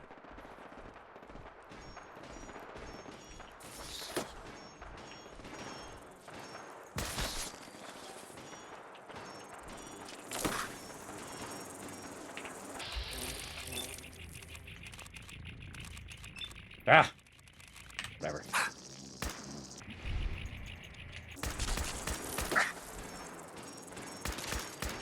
Distracting me. Trying to help Nick out. Nick. You playing hide and seek? There you go. Look at Nick throwing down. Throw down, Nick. Go get him.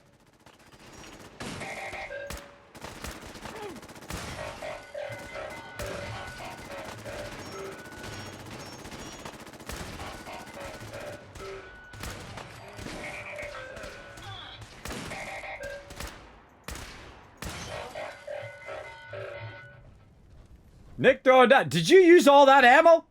He used all that ammo, everybody. He just used 300 ammo. That's what's the problem with that chain gun, everybody. It just burns up all your ammo like crazy. Oh, Porter. No accounting for taste. Robot repair kits. Repair robot companion. Whoa! Things go boom. All right, everybody. This is a DLC called the Automatron. I'm probably butchering that name. But this is called Automatron. And basically what it is you can unlock your little robot friends. And basically, I'm going to loot all this. And basically be able to craft robots at your base. So what I'm going to do first is pilfer everything. I'm going to need to get more ammo for Nick there. He burned that out like nobody's business. All right, I'm so used to just hitting E, everybody. That's why I do it also in 76. When you don't really need to do that, you just hit R and then R again, R and R again. Just pick it all up. But I always forget. I always forget that you can go ahead and get that going on. Right over there. Just to make it go a little bit faster. All right, we got all the loot. We loot all these peeps. Got Swarmbot. We got Hertz. We get over here. Yeah, we got that. Got around there. I don't like to leave loot behind. Oh, there it is. I could just sense that I left some behind. Well, Nick did a good job, I think, on that. I think that's the best job I've ever seen him do. Oh, he needs more ammo. My friends did not survive the attack. Oh. Thank you for assisting. I was certain to meet my end here as well. Charisma check. Are you okay? Thanks to your timing, my diagnostics Failed. show only superficial damage. I wish I could say the same for my late friends. That's why I have Charisma 10 usually, everybody. I don't like failing those things. Usually I hit every single one because if you have Charisma 10, then you have a bunch of Charisma items on you, like helmets and things like that. In fact, actually, if I had gotten out of my power armor, I would have had higher Charisma as well. Sorry for your loss. Sorry for your loss. My name is Ada. This was the third time we've been attacked by robots. Downtime like that. Even with the weapon and detection upgrades Jackson gave me, I was unable to defend them. Tell me about robots. Tell me about these robots. They roam the Commonwealth and claim to be restoring order. We've seen them fighting raiders, but they've also attacked innocents, settlers, merchants, and caravans like ours. We knew we ran the risk of encountering more of these hostile robots if we stayed in the Commonwealth. If only we had made the decision to leave. You couldn't have known something like this would happen. The probability of attack was high. I like the voice protagonist, by the way. In recompense, I will seek justice for my friends and stop these robots from causing further harm. It's time to uncover the source and confront their leader, the Mechanist. You'll need help if you want to succeed. I'm aware of this. You have shown willingness to aid others. I ask that you please assist me in stopping this Mechanist. In return, I can give you the schematics to build your own robot workbench, so you have additional resources in this undertaking. I'll do it. I'll do it. I wish I had the proper vocal registry to express my gratitude. Now, we last saw a group of the Mechanist robots at the General Atomics factory. You may find information there that will lead us to the Mechanist. I will follow and assist with your permission. Let's go. Yeah, let's go, Ada. General Atomics has valuable salvage. Chances are high the robots are still there. All right. Now I brought Nick, and then Nick's going right back to Sanctuary. He doesn't have any dialogue, though. I was hoping he would have some dialogue there when I sent him back. Enjoy that long walk. Oh, look at this. More loot I missed. Right there. All right. Off he goes. Have a good walk, bro. Now, in certain parts of this, you have to have Ada with you. She gave me the robot workbench, but that's all I really need. I don't really need to do the rest of the storyline. I just want the robot workbench. I think the storyline is great too, K-Man Mox. I think they did a really good job. I love the whole thing, how you can, go one way or another in this kind of story. Very, very good, I think. All right, everybody. Time to throw down, show you guys my secret of how I mega build stuff. The easy way. Oh, first I'll get out my power armor. Right over here. And then I'm going to take the fusion core out in case someone shows up and decides to take off with it, because I do have a provisioner going back and forth. Watch out for them. Okay, we're going to go here to the vault-tec kit, which we've already unlocked previously. And we're going to go ahead and just start right here. Now, again, we can make a more elaborate sorter later on, everybody, but not in this particular playthrough. Again, only have 5 days left, and we got so much more to do. Okay, now it's going to be under your special stuff right here. By the way, I never found that Christmas tree thing. I went and looked for it. I couldn't remember what previous game it was that I had it. But oh well, I won't worry about it. Okay, so this is a robot workbench. Now what we got to do is we got to get Ada, wherever she's at. She wandered off somewhere. And basically put her in the bench, and we can go ahead and craft. So I can take Ada and put her in the bench. Now, one of the best things to do in the bench, everybody, the legs, I find, is the track legs, because those go very, very fast. Now, you can do Protectron legs here as well. Another one to do other than Protectron legs, I actually find Mr. Handy's thruster to be actually better than the Protectrons, because this way they can just float around and they don't get stuck, right? Then also the thruster armor, we can put that on there so they don't get knocked down as quickly. And then we're just going to go through and do all this other stuff. So she got an Assaultron head. We're going to do the hardened armor. Now these are all the default ones that you can do. Now later on, of course, as you kill different robots, you're going to get even more mods that you will unlock as you go along, which makes the whole part of doing this very, very fun. So Mr. Handy Torso or Mr. Protectron Torso or this, I would say that the Assaultron Torso is going to be better overall. Yeah, it has better stuff, and it can carry more weight just a little bit, and then also higher health. Oh, he's in general. All right. Hold on. All right. All I ask is you to be awesome. Don't be posting weird stuff on my channel or on my Discord. There we go. All right. I added you to Teamwork Tycoon. You now see all the other sections. Make sure to go back to that rules section and see if you can see that there. Maybe log out, log back in again to my Discord. And then go to that rules section, hit that green check mark, and then you have access to the other section. You want to post some cool stuff in there.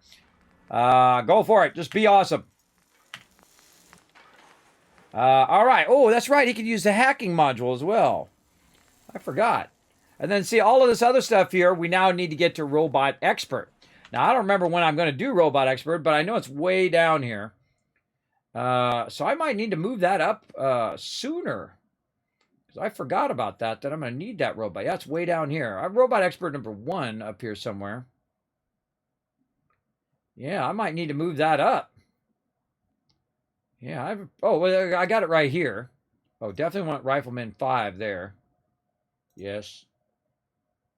Yes, probably right here at 40, at 50. Now, the funny thing is I'm usually higher level at this point because I've gone and took over all the settlements. I've done a bunch of side quests and whatnot. So I'm usually around level 50 right now. And so I've pretty much done all of this, and then I would want to do one more in that Robot Expert. Now, the cool thing about Robot Expert is, one, it allows you to modify your robots, but also if you get it all the way up, when you're taking on a bunch of robots, you just run up and say self-destruct, and then walk away, and they blow themselves up.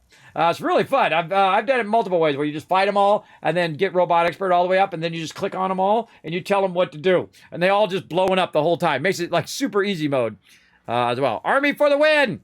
Yeah, Assaultbot Army for the win. Exactly. Let's see. Let's put... I already have hacking and lockpicking. My hacking and lockpicking up now. I don't have to worry about it, I don't think. Let's see. We got the armor. I don't know. I'll just put lockpicking in there, I guess. While we're at it. Okay, left arm. Assaultron. Yes. Factory armor. Yes. Left claw. Oh, we need like a Gatling laser. Where's our Gatling laser? I mean, there's an unstable Gatling laser. Yeah. Superior damage and range. Left-hand sniper laser. Let's try a sniper. I don't think I very rarely put them with a sniper. One hand you want to have a weapon, and then the other hand you want to have a melee weapon. And I find the best melee weapon in here is this shish kebab, or you can go the saw blade right here. But I don't have a blacksmith high enough for that. So Let's see what we got. Yeah, let's cryo them on one side and then snipe them with the other side. We'll see how that works out. Again, we can always come back and change it if we want. And this is what's so cool about this, and we already got that.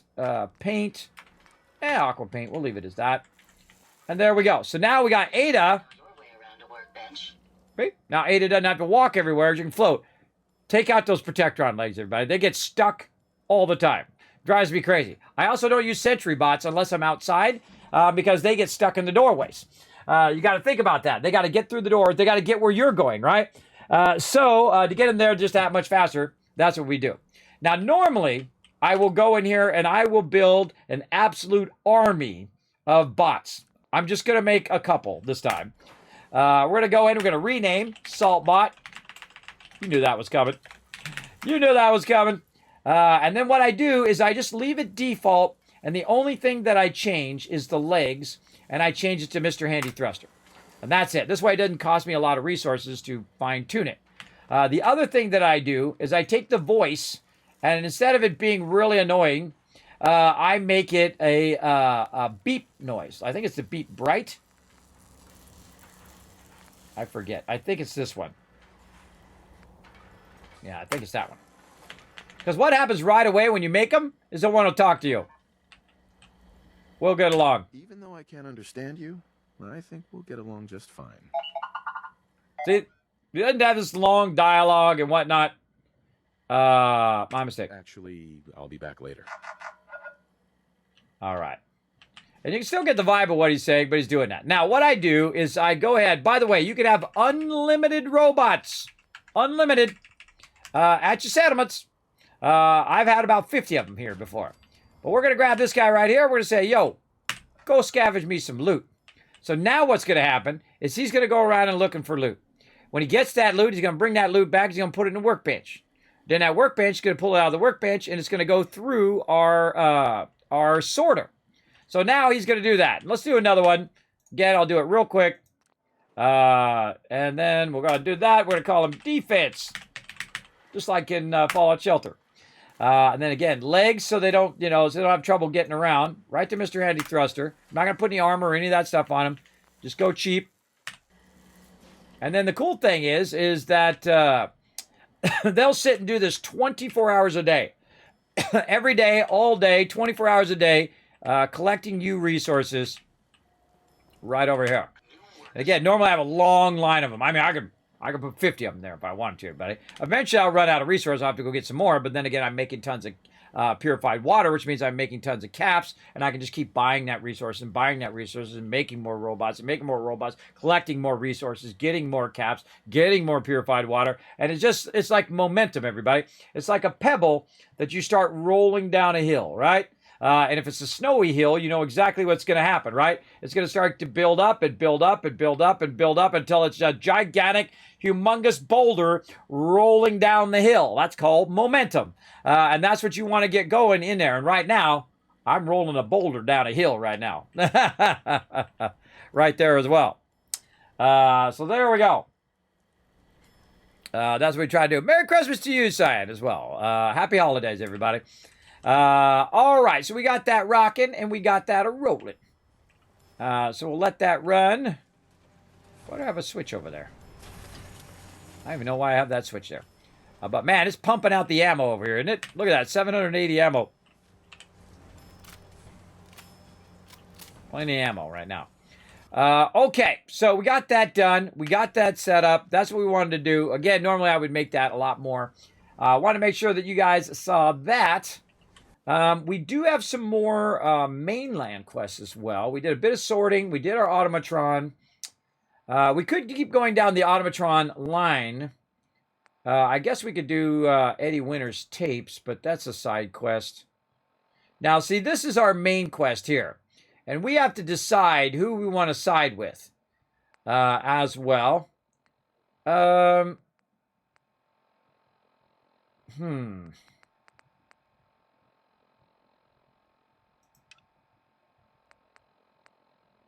Man, so many choices.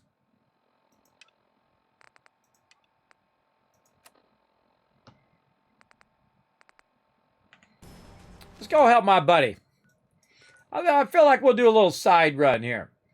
Where's my buddy at? He's way back here. Isn't he in Lexington? Man, I forget. See, if I don't do that stuff as I'm going through, I forget where the heck those peeps are. I think he's in Lexington or near Lexington. Because you're usually coming down past the Starlight Drive and he's over here. All right, we'll bounce over there. Use the Force.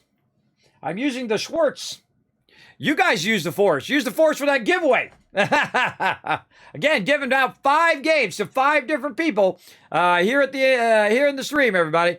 So again, be part of that giveaway. We're getting it going on right in there as well.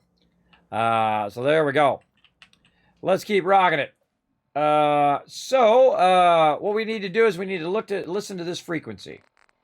Listen to military frequency. We got to be close enough to hear it. Yeah, not here.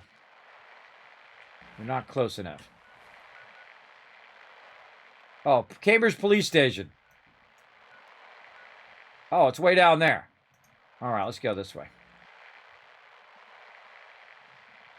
I wonder if it's just going to kick in while we're teleporting. Because then we know exactly when we're actually there before it actually loads the screen.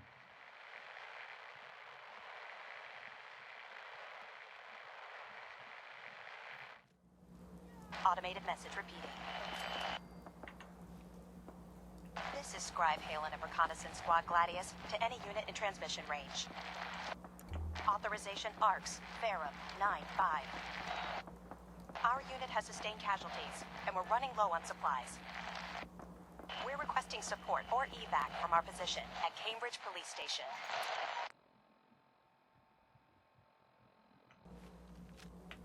Okay. Now we know the story. By the way, I just noticed that you can just tune into it, and I also forgot my power armor. Bad Kismet. Bad Kismet. Got to go back. One of the things that I noticed is that all you had to do is tune into the frequency and it automatically forwarded the quest, but you couldn't hear the dialogue. Hey, TARDIS, what's up? Thanks for coming in and hanging out. We're giving away some loot, everybody.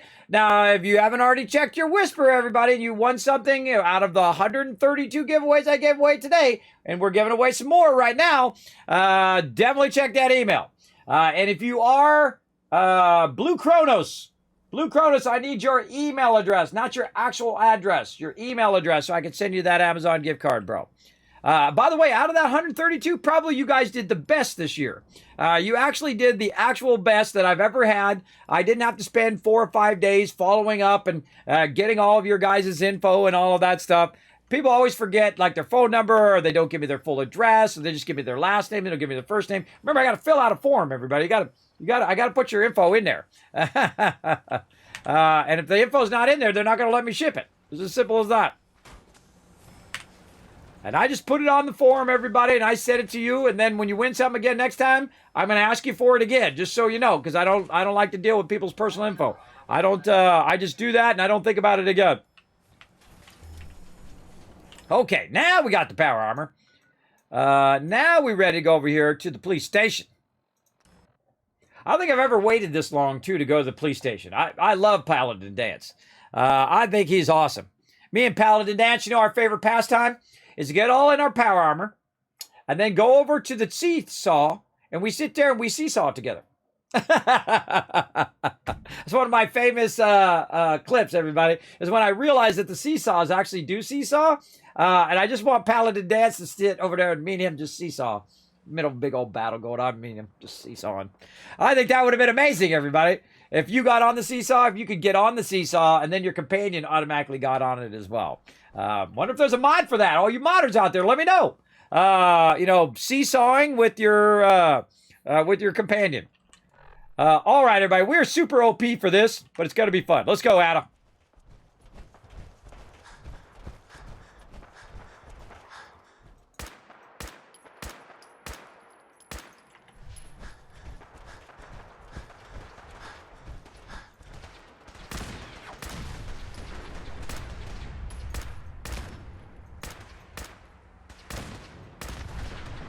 We gotta take care of the real danger first. Evil cars.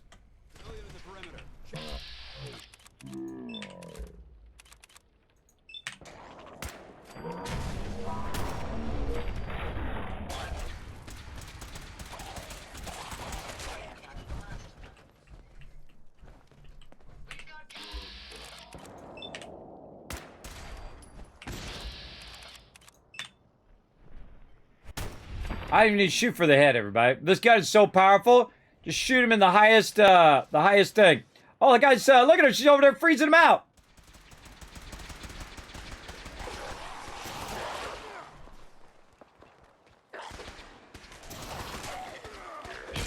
Ada's rocking it.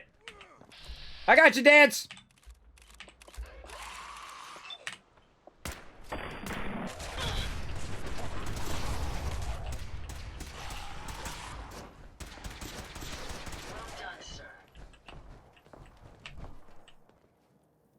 See, I don't think I've ever brought Ada over here, too, because Ada would be way later in the thing.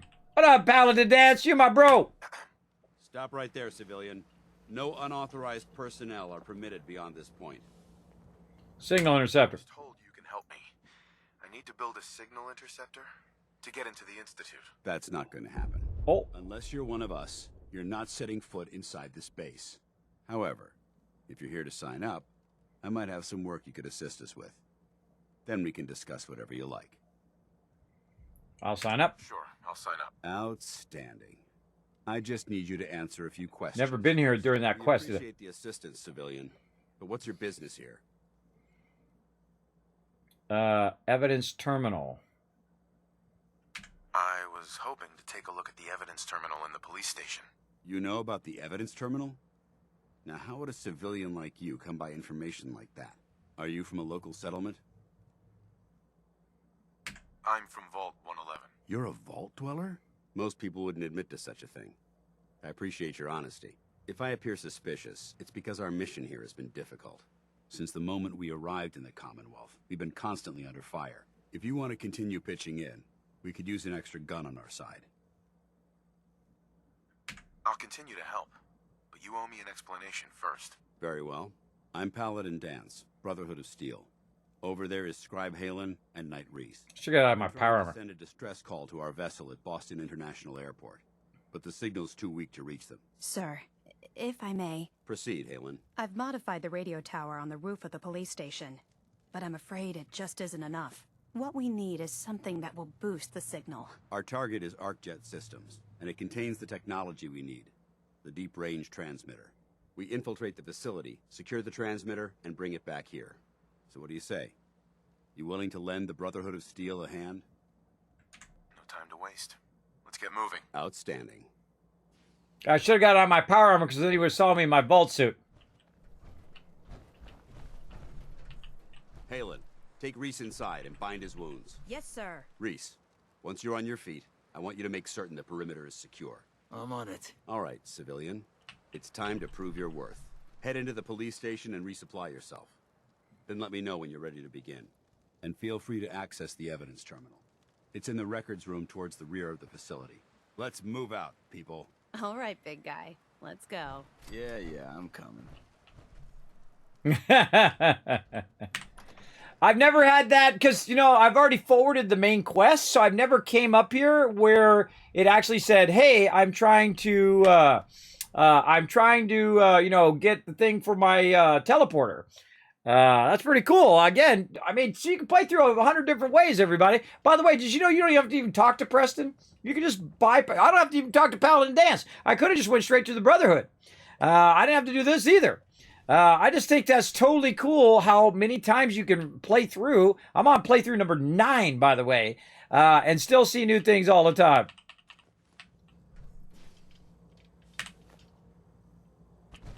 All right, I need the I don't know. Your prognosis looks pretty grim. Might be more humane to just take you out back and shoot you. It's going to be difficult finding anything useful in this mess. So I can get these bandages on. Oh, look at all this loot. All right, everybody. I'm going to mostly resist this loot because we just don't have enough time. Where's the evidence terminal? There we go. All right, it's Kismet's Guide to Terminals. First one, second one, and there you go. Works every time. It's called luck, everybody. It's called luck. I just try it first. Ah, there we go. I just try it and see if it opens. And then I go and do everything to unlock it. Now, normally, you know, I read that out on thing, but I've already done it a bunch of times, so I'm not going to read all that out. All right, Dance, let's go, bro. You ready to move out? Ready. Ready. Outstanding. Follow me, and try not to lag behind. Oh, I still forgot. Oh, cool. I still forgot to get my arm. I'm still missing my arm back here. My left arm of my power armor. Oh, well. I don't know what I did with it. It must be like at Spectacle Island or something. I was going to look for it while I was there, but I got distracted. You know how easily distracted I am, everybody. Quick, kill Rise before it becomes annoying. Too late. Too late. I know him and like Marcy are like on the same level sometimes. You're like, oh man, I really want to shoot him, but that would change my whole storyline.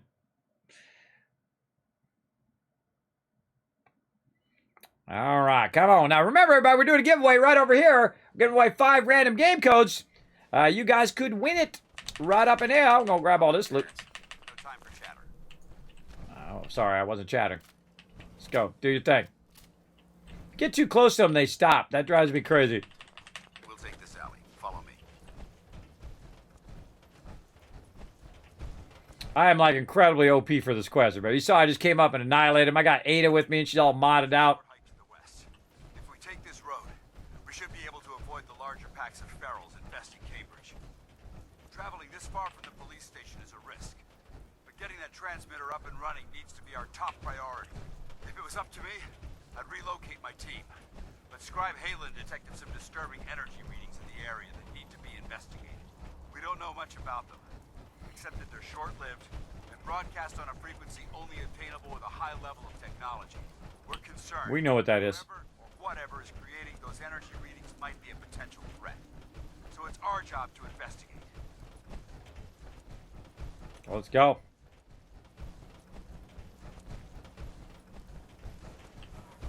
Now remember, everybody, if you're really generous to say Jude, you can pick which faction I'm going to choose here in the game. You absolutely can. Oh, they just shot each other.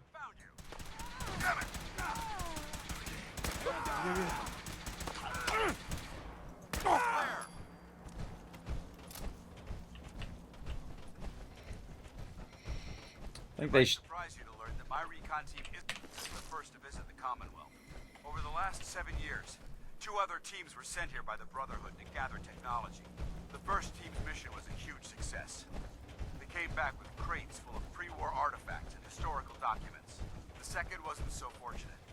Shortly after they arrived, we lost contact with them, and they haven't been heard from since. As far as my team goes, we've lost 4 good men to this godforsaken wasteland. We've been a target from the moment we arrived. But despite our setbacks, I don't intend to give up and head home, or end up missing.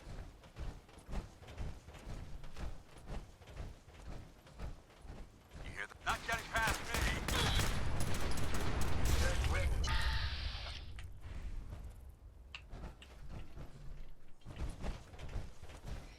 I love when you're walking. This is the only kind of escort quest I like, is when it's embellishing the storyline. So they're giving you like, what do they call that? Exposition. They're giving you exposition while you're running and doing stuff. I feel like that's the best way to do exposition. Send them back to hell.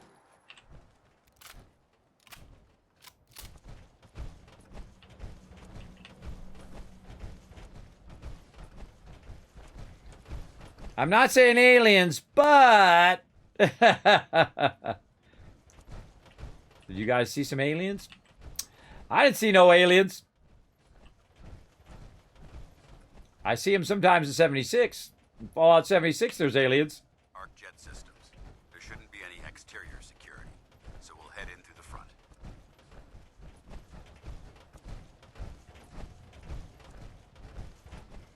Me and Dance are making a lot of noise in our power armor. Yahtzee! Come on, give me some more.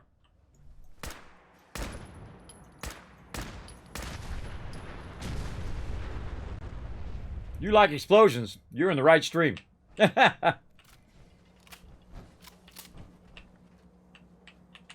Dance. Listen up. We do this clean and quiet. No heroics and by the book. Understood?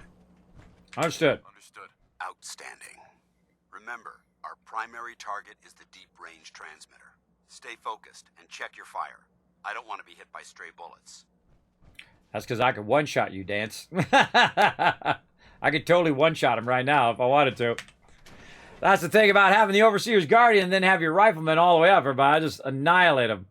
I don't even have high agility or high luck either, so that's just like base damage.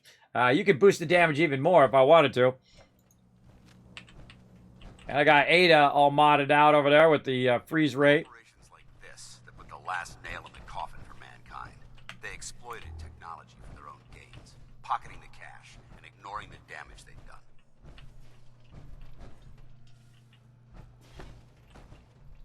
Look at these wrecks. It appears as though the facility's automated security's already been dealt with.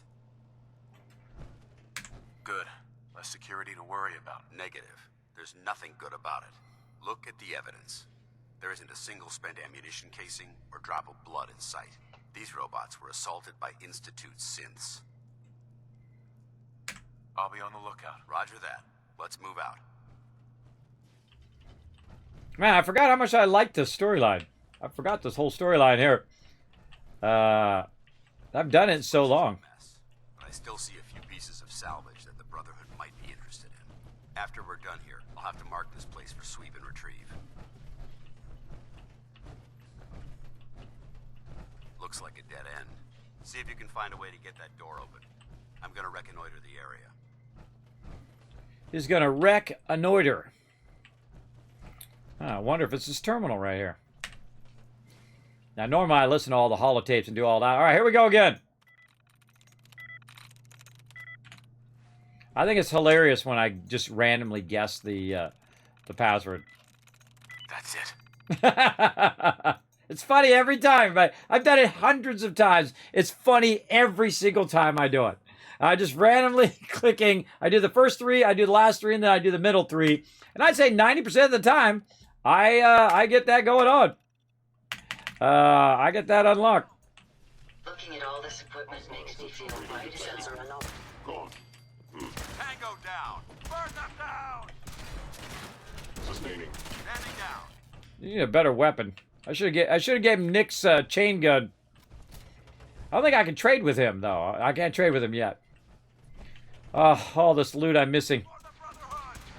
Normally I'd super loot all this. Take them down. Let's get this done. Engagement of minimal distance. Destruction of fellow synth verified. Please attention again. Systems authorized violence. Powering down weapons, sir. victim of violence. Oh, all these synth weapons and stuff I could be giving to my settlers. We're going to ignore that, everybody. We're just going to try to get this done because we only got so much time. Then we want to do the giveaway.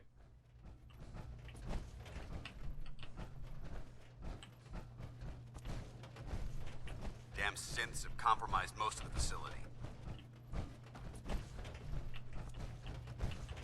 Remain vigilant. We've got turrets ahead. I'll let you go first and get shot by him. Found the target again. Target down.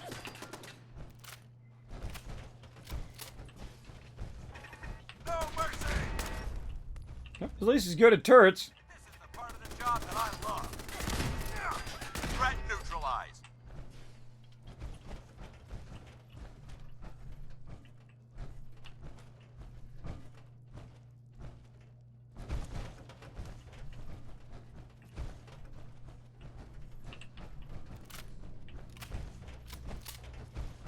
Always keep them max bullets in your gun, everybody. Course ahead. Should be our final stop.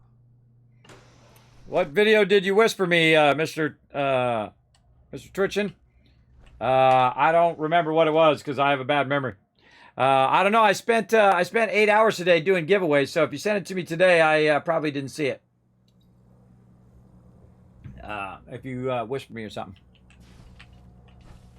All right, come on, Paladin Dance. Let's go. Watch your footing. Looks like the power's out in this section.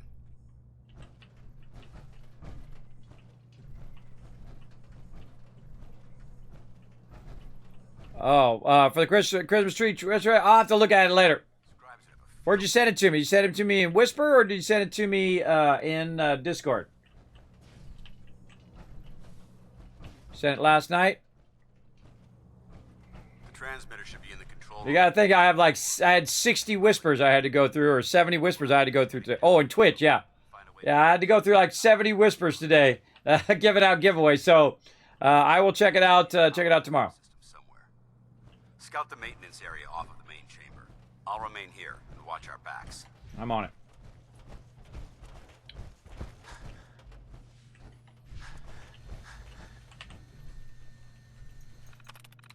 Here we go again. Yes. What can I say? I'm OP, everybody.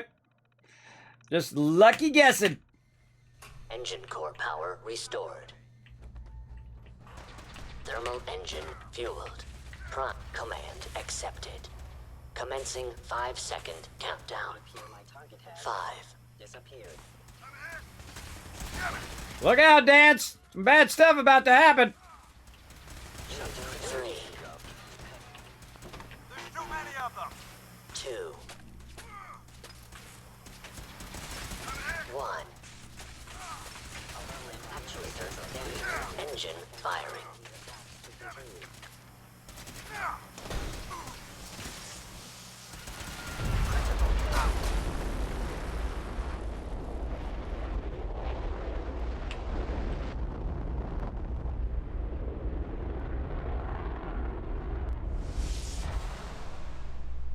Test firing completed with an efficiency rating of 96.7%. Junk jet, everybody.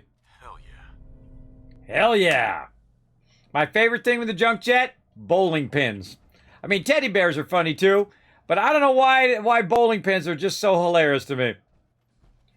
You all got roasted. Oh my god, are you alright? Got cooked by those flames. But thanks to my power armor, I'm still in one piece. The important thing is that we're still alive. We have a way to get to the transmitter. Let's go. There you go. Walk it off, Dance. You'll be fine.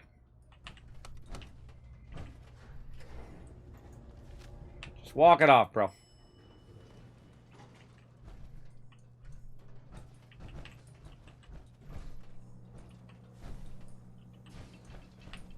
Where are we going? Are we going up? We're going in the elevator? What are we doing?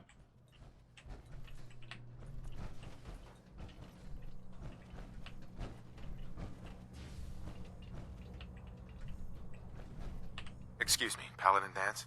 Keep the noise down. This place is crawling with hostiles. Okay. Where are we going, bro? Just because I hit you with that thing, are you a little disoriented there? I don't know, I'm going down the elevator.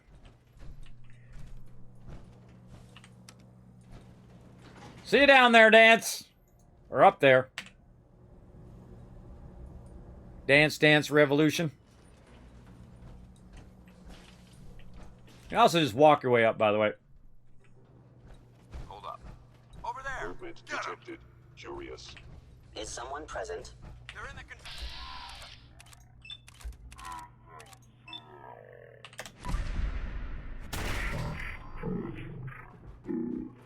I love this part of Fallout 4, but the thing is awesome. Now, what you want to do is get a tactical position where they're not all shooting you at the same time, or make Dance run in front of you. Even better. Not much of a threat after all. I agree. Hope that's the last of them. Damn it. I don't see the device anywhere. Fan out and check the synth remains. They may have been after the transmitter as well. Found it on the first one. Let's get out of here. We'll take the service elevator to the surface. Sounds like a plan, Dancy Dance. Get in now. All the way in, Dancy Dance. I'll call that close enough. There we go. Level up. Oh, yeah, we got to go get that 308 ammo. Dance is the meat shield. Yeah, well, someone's got to tank it. Now, again, everybody, if you're just coming in, Crispy Dance, yeah. Make sure to go check those whispers, everybody. I give away 132 giveaways today. Paladin. Well, that could have gone smoother, but mission accomplished. Smoother. Smoother? I thought we did fine. That sweep was sloppy. We were caught unprepared more than once, which is unacceptable. However, your extra gun gave us the edge we needed. I'm not certain I could have accomplished the mission alone. I thought we worked well as a team. Agreed. It's a refreshing change to work with a civilian who can follow orders properly. That being said, I believe we have two important matters to discuss. First and foremost, if you'll hand me the deep-range transmitter, I'd like to compensate you for your assistance during this operation. I think you'll find this weapon useful. It's my own personal modification of the standard Brotherhood laser rifle. May it serve you well in battle. Oh, righteous authority. I never use this weapon, but I always take it and put it up in my little museum in each playthrough. Not necessary. That isn't necessary. I insist you keep it. The Brotherhood believes in paying all of its debts. Now, as far as the second matter goes, I wanted to make you a proposal. We had a lot thrown at us back there. Our op could have ended in disaster, but you kept your cool and handled it like a soldier. There's no doubt in my mind that you've got what it takes. When we met at the police station, you told me you wanted to join the Brotherhood of Steel. Is that something you're still willing to do? Or should we just say our goodbyes? Agree to join. I'd be honored to join. That's what I wanted to hear. Meet me back at the police station, and we'll discuss the details. All right, time for a level up, and I might actually put it in the correct one this time. Gun. Oh God, I must put it in medic. Gun neck number 4. Let's go, baby. Pop and lock back to. Oh, we got to switch our ammo over there too. We should be making 308 ammo. Why didn't I change it to 308 ammo? I could have been making that all this time. Let's go, finally, everybody. Now, what I usually do, way before level 40, is I usually find a weapon that has the 308 mod on it, and you take it off that weapon, and then you put it on the Overseer's Guardian. In this particular case, no luck, which is not good. 0 luck on that one. All right, we got to go over here, and we got to modify our Overseer's Guardian. Oh, hold on. Kismet Killbox going off. Just run. Who was that? That was a foolish raider who didn't know about the Kismet Killbox. Oh, over there. Somebody flip the switch. I'll flip it.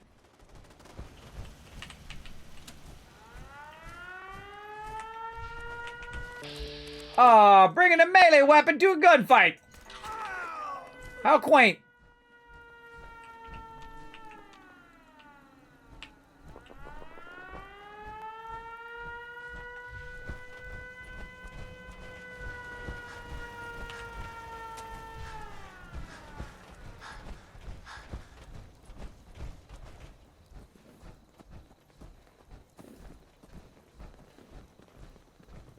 Look at that girl. She got a chain gun, too. So does Sturgis around here somewhere.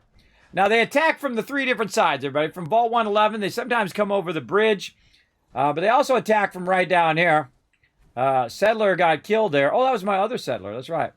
And I bet you they're down here. Yep. They got annihilated by the Kismet Killbox. That's all you need. The best defense in the wasteland, everybody. The mighty Kismet Killbox right there. That's all you need. You don't need the people on defense, everybody. That'll mow down anybody comes in here. Even a Legion of Deathclaws will get mowed down. For sure, for sure. Okay, what do we come back here for? One, we should get our purified water out. Oh, to mod our gun. See how easily distracted I am? I had already forgotten. Let me go ahead and pull that water out of there in case we need some cash later on. We'll have that right in there. And then we'll modify our Overseer's Guardian, and we'll take a quick break here, because, man, I've been going for almost 3 hours straight here. Can't say a thing. Oh, it's on like Donkey Kong. 162 damage, everybody. Cogsworth loved that. Me too. I love that as well, Cogsworth. That's why I like Cogsworth, I guess. And then, not only that, but guess what, everybody? We have not even finished our Rifleman perk yet. We still got another one on top of that. So it's going to be like 170 plus damage every single hit with the Overseer's Guardian. And you can shoot really, really fast. So, yeah, Kismet Killbox in the chat. Very nice. All right, now it's a good time to save. So we got all that done. Again, we're only going to go a little bit longer, but let's take a quick break here because I need to get up and stretch for just a moment. So I'm going to go ahead and pause that. I'm going to bring up some fun for all of you all. Let's go ahead and bring up these words on stream. Now, these are anagrams that you guys can do, basically mixed up words that you want to put the right way. So we're going to get that up here. We're going to go ahead and put that on autopilot for just a moment, and I'm going to take a quick AFK break, and then I shall be back. Enjoy. Told you I'd be right back, everybody. How we doing? Oh, crushed it.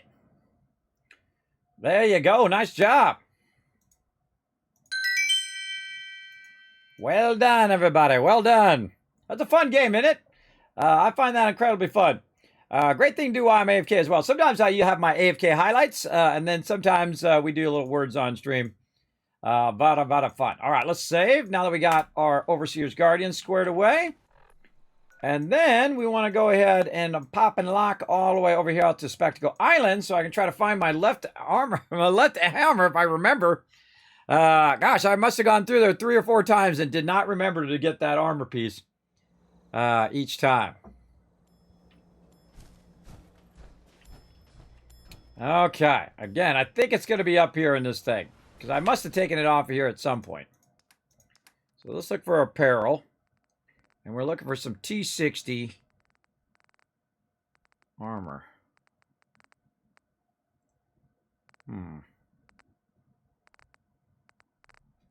Let's see it there. Yeah, it would say T60 on it. T60E. So, and this is why I think you should be able to lock your gear. So you don't accidentally take your gear out of there. Maybe I put in one of these sorters. Look at the ball. Can't make it in there. Center it. There it goes. Nope. Oh, there's what I did. I did. I put it in the thing. I put it in the sorter to show you guys how to sort it, and it was actually my power armor.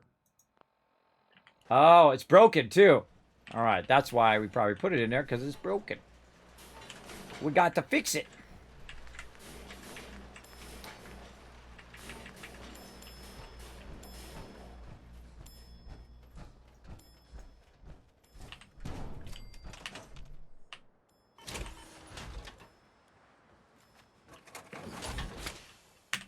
This should prove interesting.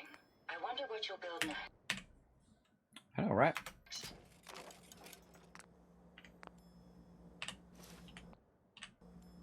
All right, we finally got our power armor back together.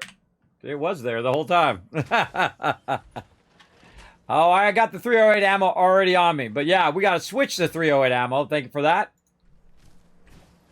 Salute Brando in the chat, our founder of Spectacle Island. Of all the ones you want to found, Spectacle Island is the one I usually come through the most. We also got to put AMZ on Red Rocket. We'll probably do that tomorrow night. All right, so we got to switch this to 308 ammo. So let's do that while we're here. We'll get all this stuff done. And then we're going to go throw down.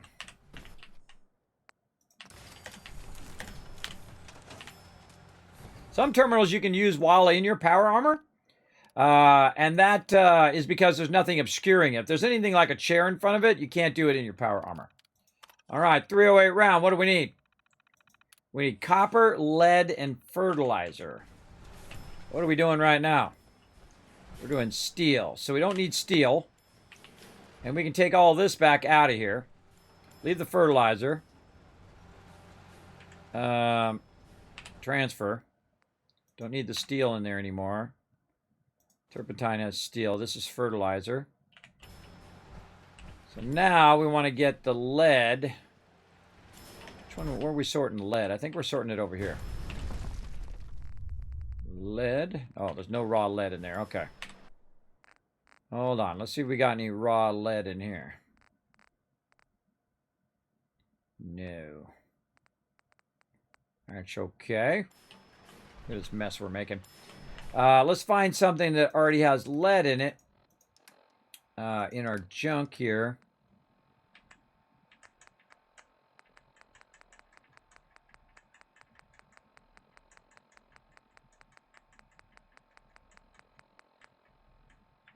And yes, I can actually see it that fast.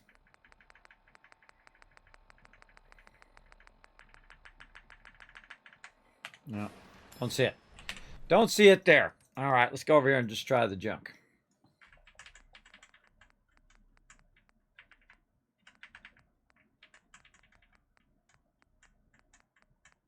The trick, by the way, is I'm just looking for an L at the beginning.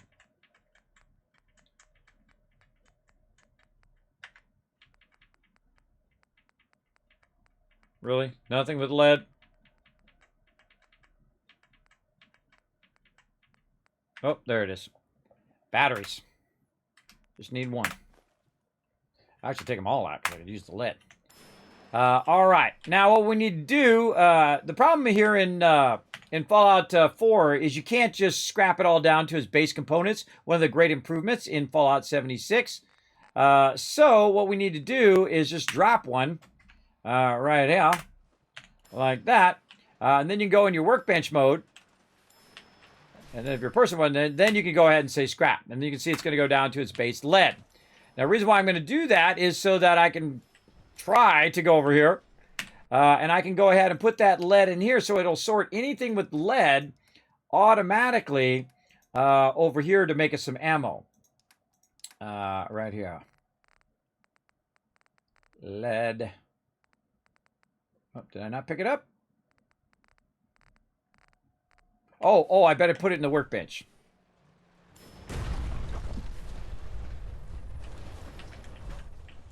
Ah, my jumping is OP. All right, hold on. There we go. Lead. Oh, gosh, what was the other thing? Already forgotten. Fertilizer, lead, and something else. Copper was the other thing.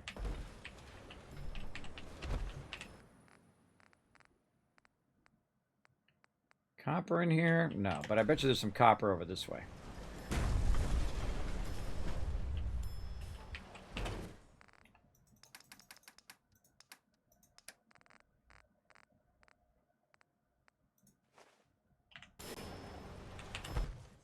We'll also take some of the lead and just straight feed it in here. Lead, there we go. Then we'll just take all the batteries and put them in there as well. Okay, and the other thing that we needed, again, was copper, I believe. Let's go double check.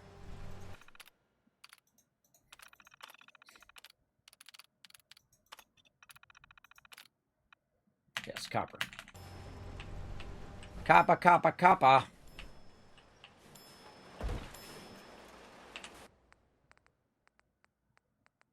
No copper there? Wow, okay. That's not it. See, I got the super jump, so he jumps up real high every time I just do a little bit of a jump. It's a little awkward. No copper raw, but we could probably take something like that cooking pot. Drop the cooking pot. And then scrap that. Need any components? I have some to spare. And then instead of running all the way back, I'm going to do what I call a quick shop.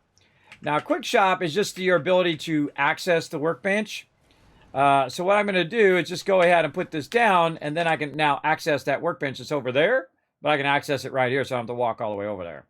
Highly recommend you put one of these down when you are doing your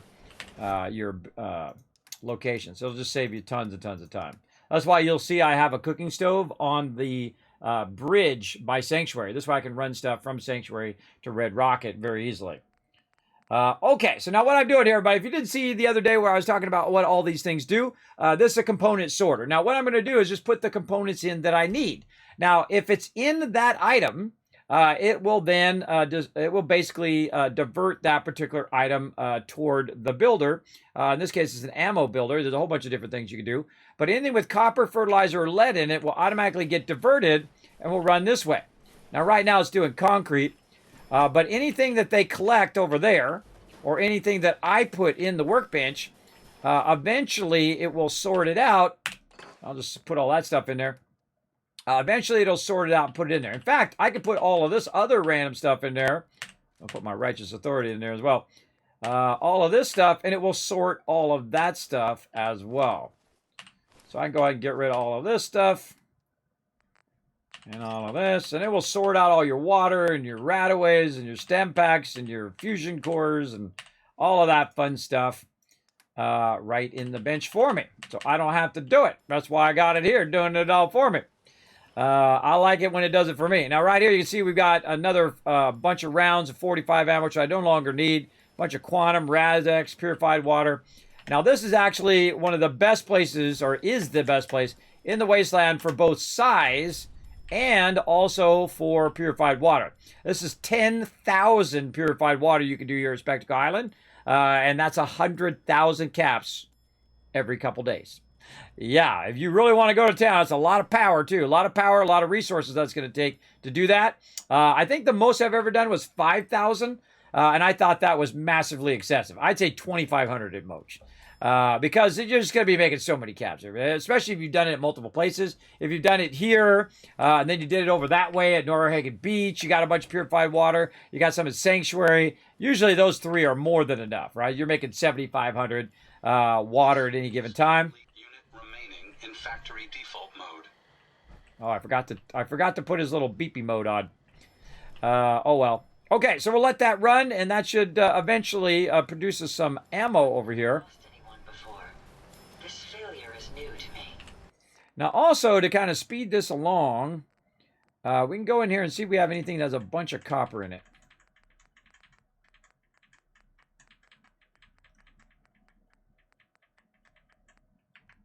Fuses.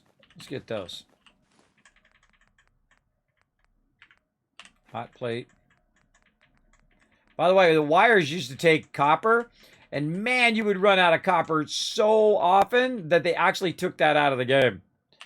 It was way too much for every single wire that you run took copper. You run a lot of wires in this game, but oh, see, now you know why I grab those telephones all the time. Also for the circuitry as well. All right, that's good enough. All right, we're just going to jumpstart this a little bit by just simply grabbing that junk that we got and then just put that copper directly in there. Notice that it's not actually copper. But one of the cool things that it does is it will take that thing and it will break it down into copper automatically to its base component. It'll extract that base component out of there and then start making the particular item. Like in this case, it's going to pop out that 308. Now, as it gets more and more resources and they collect more and more resources, I actually have it diverting the 308 ammo over here. So eventually, when it's done with all that concrete, the 308 ammo will come out, automatically go to here, it'll sort it, and it'll end up right over here, and we'll come back, get a whole bunch later on. But for now, we've got a bunch in our inventory. Let's see how much I did backlog by now. See, I backlogged about 2,000.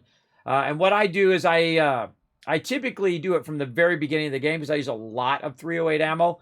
This way I'll have enough to carry me to this point where I can then start to manufacture it as well. So very, very cool. Okay, what were we doing? I've already lost what I was doing. Oh, Cambridge Police Station talking to Dance. And we got about 10 more minutes on that giveaway, everybody. So get in there and get that giveaway. We're going to go in about 10 minutes here.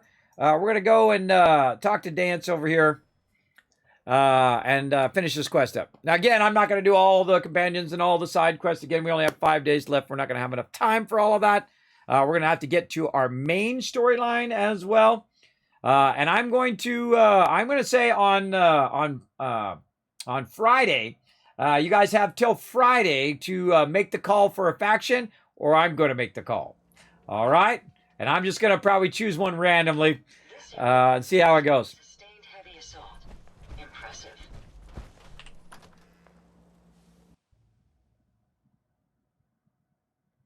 So let's go talk to my buddy Dance Dance Revolution here.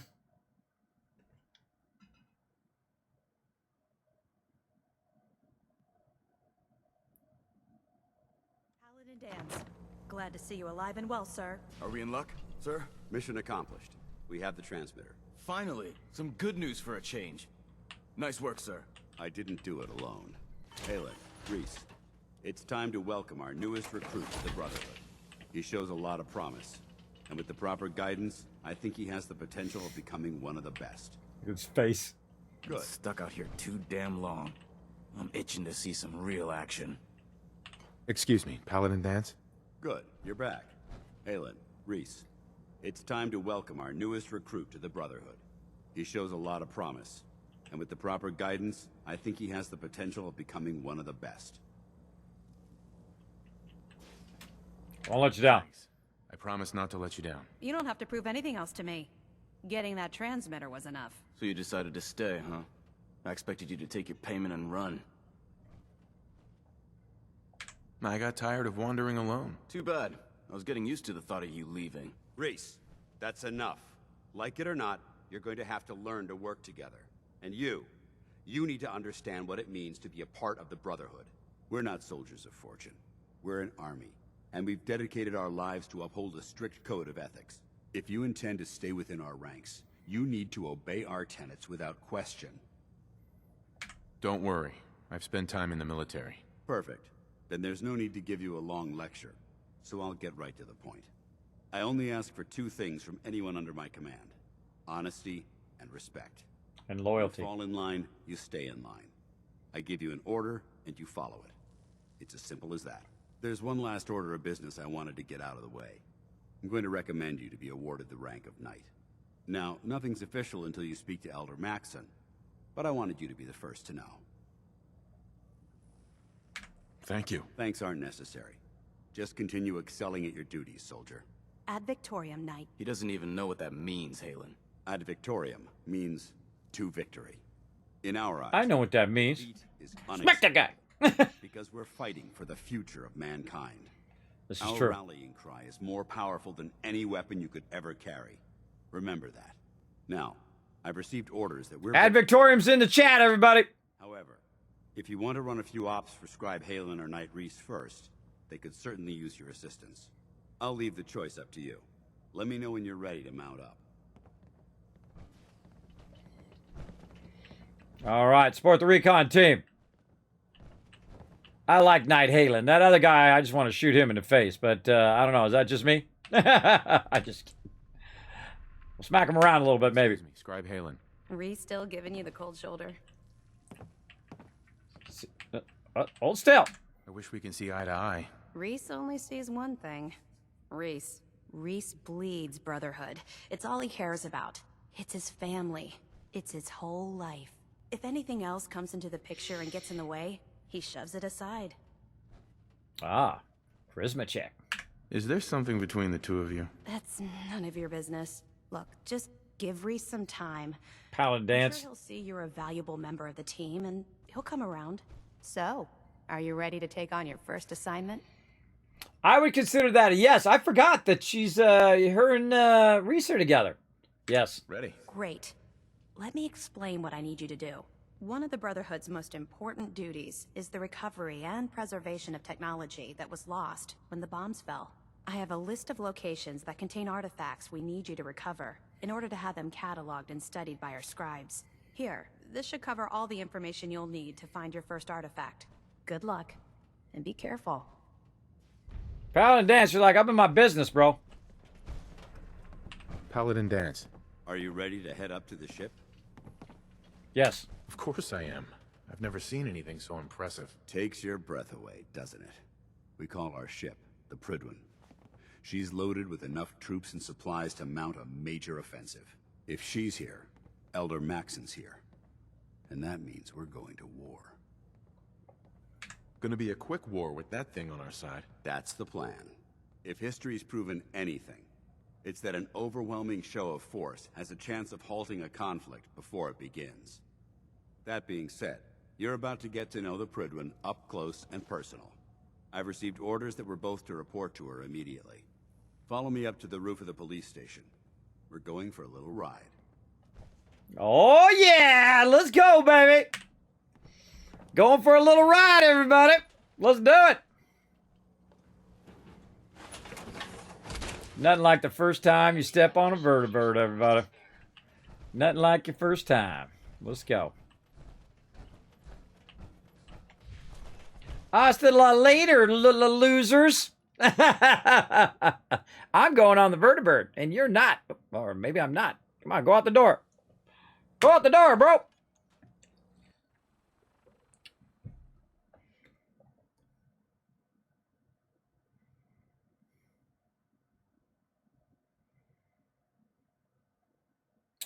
By the way, I usually get Paladin Dance before the Pridwin comes in, which is also very fun.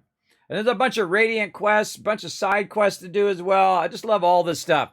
The one Brotherhood quest that I typically don't do is, pilfer all the settlements for resources. I don't like to do that. You can use the vertibird as fast travel? Oh, that's cool. All right, let's go, Dancy Dance. Where you at? Ride, ride, ride, ride. Later, Ada. In front of you is loaded and ready to fire. If you spot anything hostile during the flight, I suggest you put it to good use. Make sure you properly identify your targets before you start shooting. We don't want to have any mishaps and fire on the locals. True.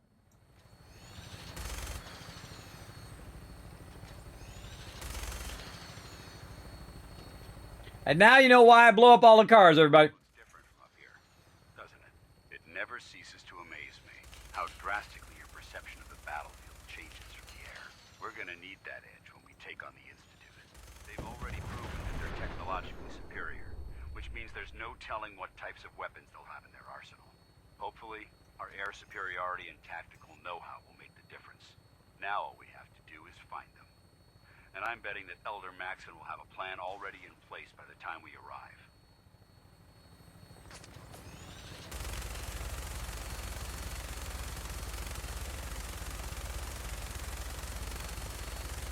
I wish everyone down there believed in our cause. But they've been blinded by rumors and misinformation.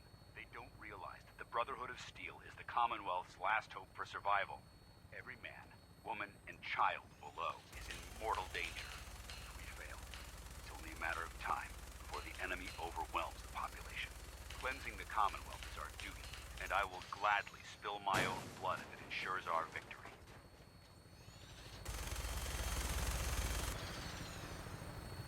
We're on final approach to the airport. The Pridwin should be coming into view just ahead. We'll be meeting Lancer Captain Kells on the flight deck. Oh, I can't shoot anymore. Oh. Oh no, there we go.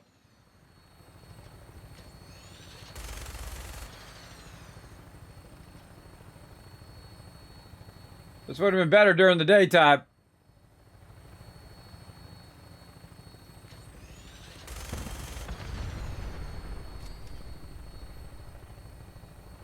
There's the Boston airport.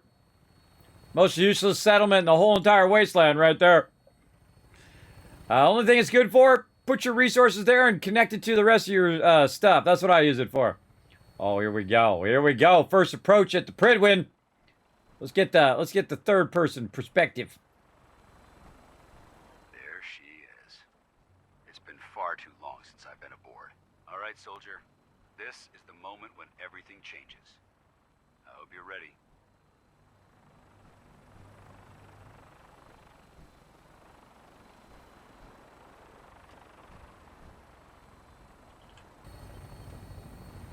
Start shooting at the Brotherhood down there. No, that'd be bad. That'd be bad. Let's not do that.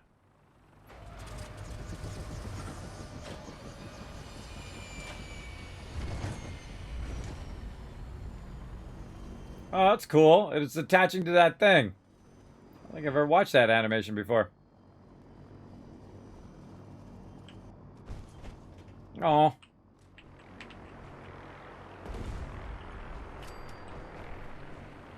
And that's it. You're like, oh, Kismet's just getting good. I know, right? All right, let's go.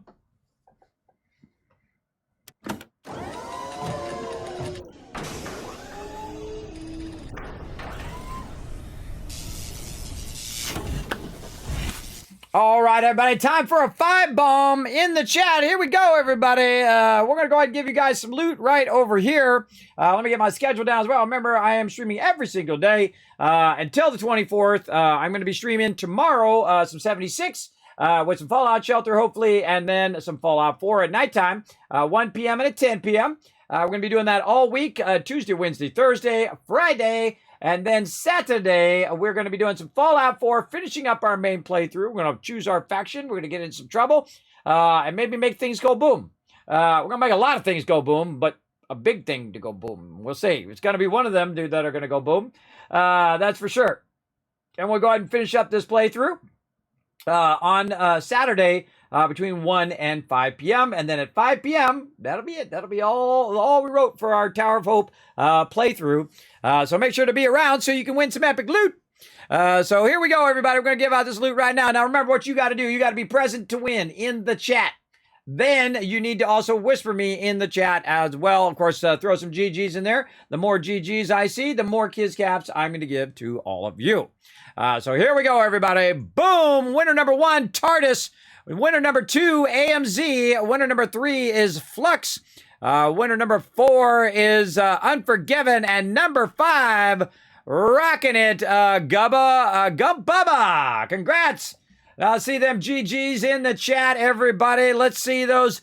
Make some sort of noise in the chat. Say something in the chat. Again, TARDIS, AMZ, Flux, Unforgiven, and Gump.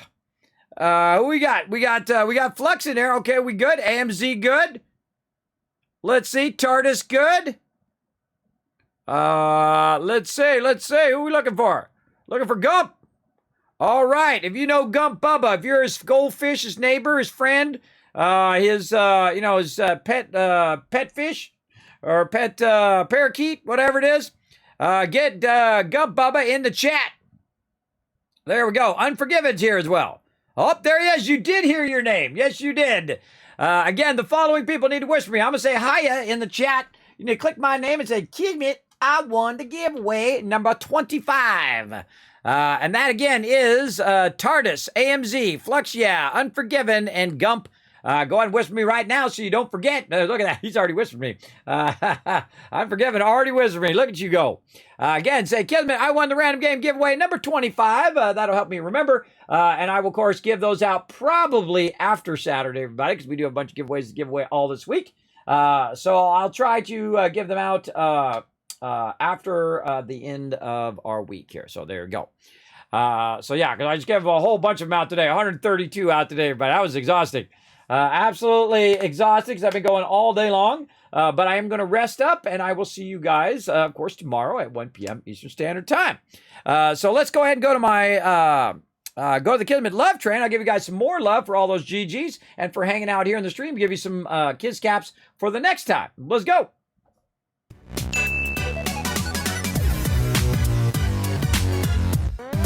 Bye. Bye. Now, don't forget to follow those links right there in the chat, everybody. I'll throw them in there again.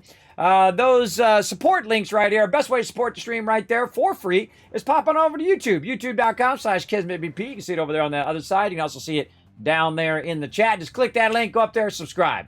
Go up to YouTube, or not YouTube, we already said that. Go up to Twitter, twitter.com/KismetBP. Hit that follow button. All that does help a lot. You can check out more on my Discord. You can check out more on my website, kismet.gg, as well as the best way to support the stream is just like these awesome people right there at the bottom. Look at all those awesome peeps. All my patrons down there. We got a bunch of awesome people down there. As long as you are a patron, you will get your name at the bottom of every stream, at the end of every video. I do appreciate that support. That is the best place to support over there because the bulk of your support goes into Kismet Love Drain, unlike here on Twitch where half of it goes to Twitch and you know, it's very hard to survive on that. Very hard to keep the Kismet Love Train going when they take half of it. And it doesn't look like it's ever going to change now because now they changed it. Even the giant creators don't get the 70-30 anymore. And that's what, you know, the smaller creators are working toward, right? Getting a bigger share of that. But now that's not a thing anymore. So that'll be it forever. But thanks everybody over here for all the sub love. Of course, thanks for all those follows and thanks for hanging out. A little shorter stream today, but that's okay. We want to rest up so we can finish the week strong. We can try to raise more funds for St. Jude's and, of course, give some more loot out to all of you. All right, appreciate you being here. Now, speaking of loot, let's go right here in the chat. 1,000, 2,000, 3,000, 4,000, 5,000, 6,000, 7,000, 8,000.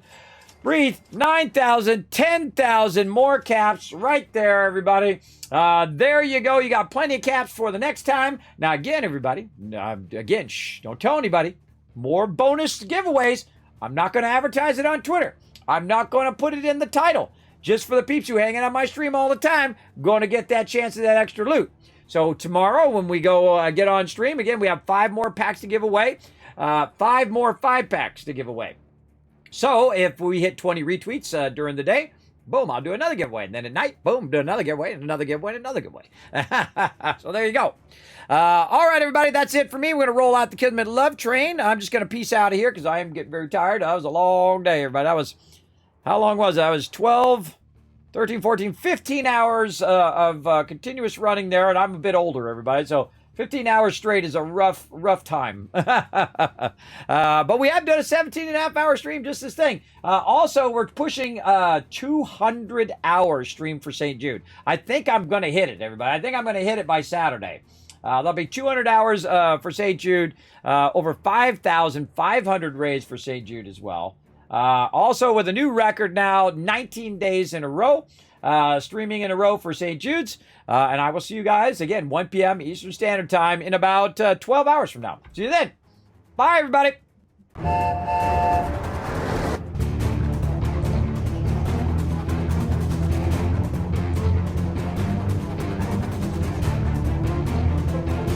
Hi, this is Noru. Thanks for watching. Press the subscribe button. We'll see you all next time. Bye. Thanks for watching this video. Keep the Kismet Love Train a-going. Drop by my Patreon and show your support. Big thanks going out to Resident Spike, Rotisserie G, JC Hunter, AMZ, Carlos, Jeremiah, Notorious TDK, Scriplin, Ems, Brando, and Blaring Fire. Click to watch more videos, and I'll see you next time.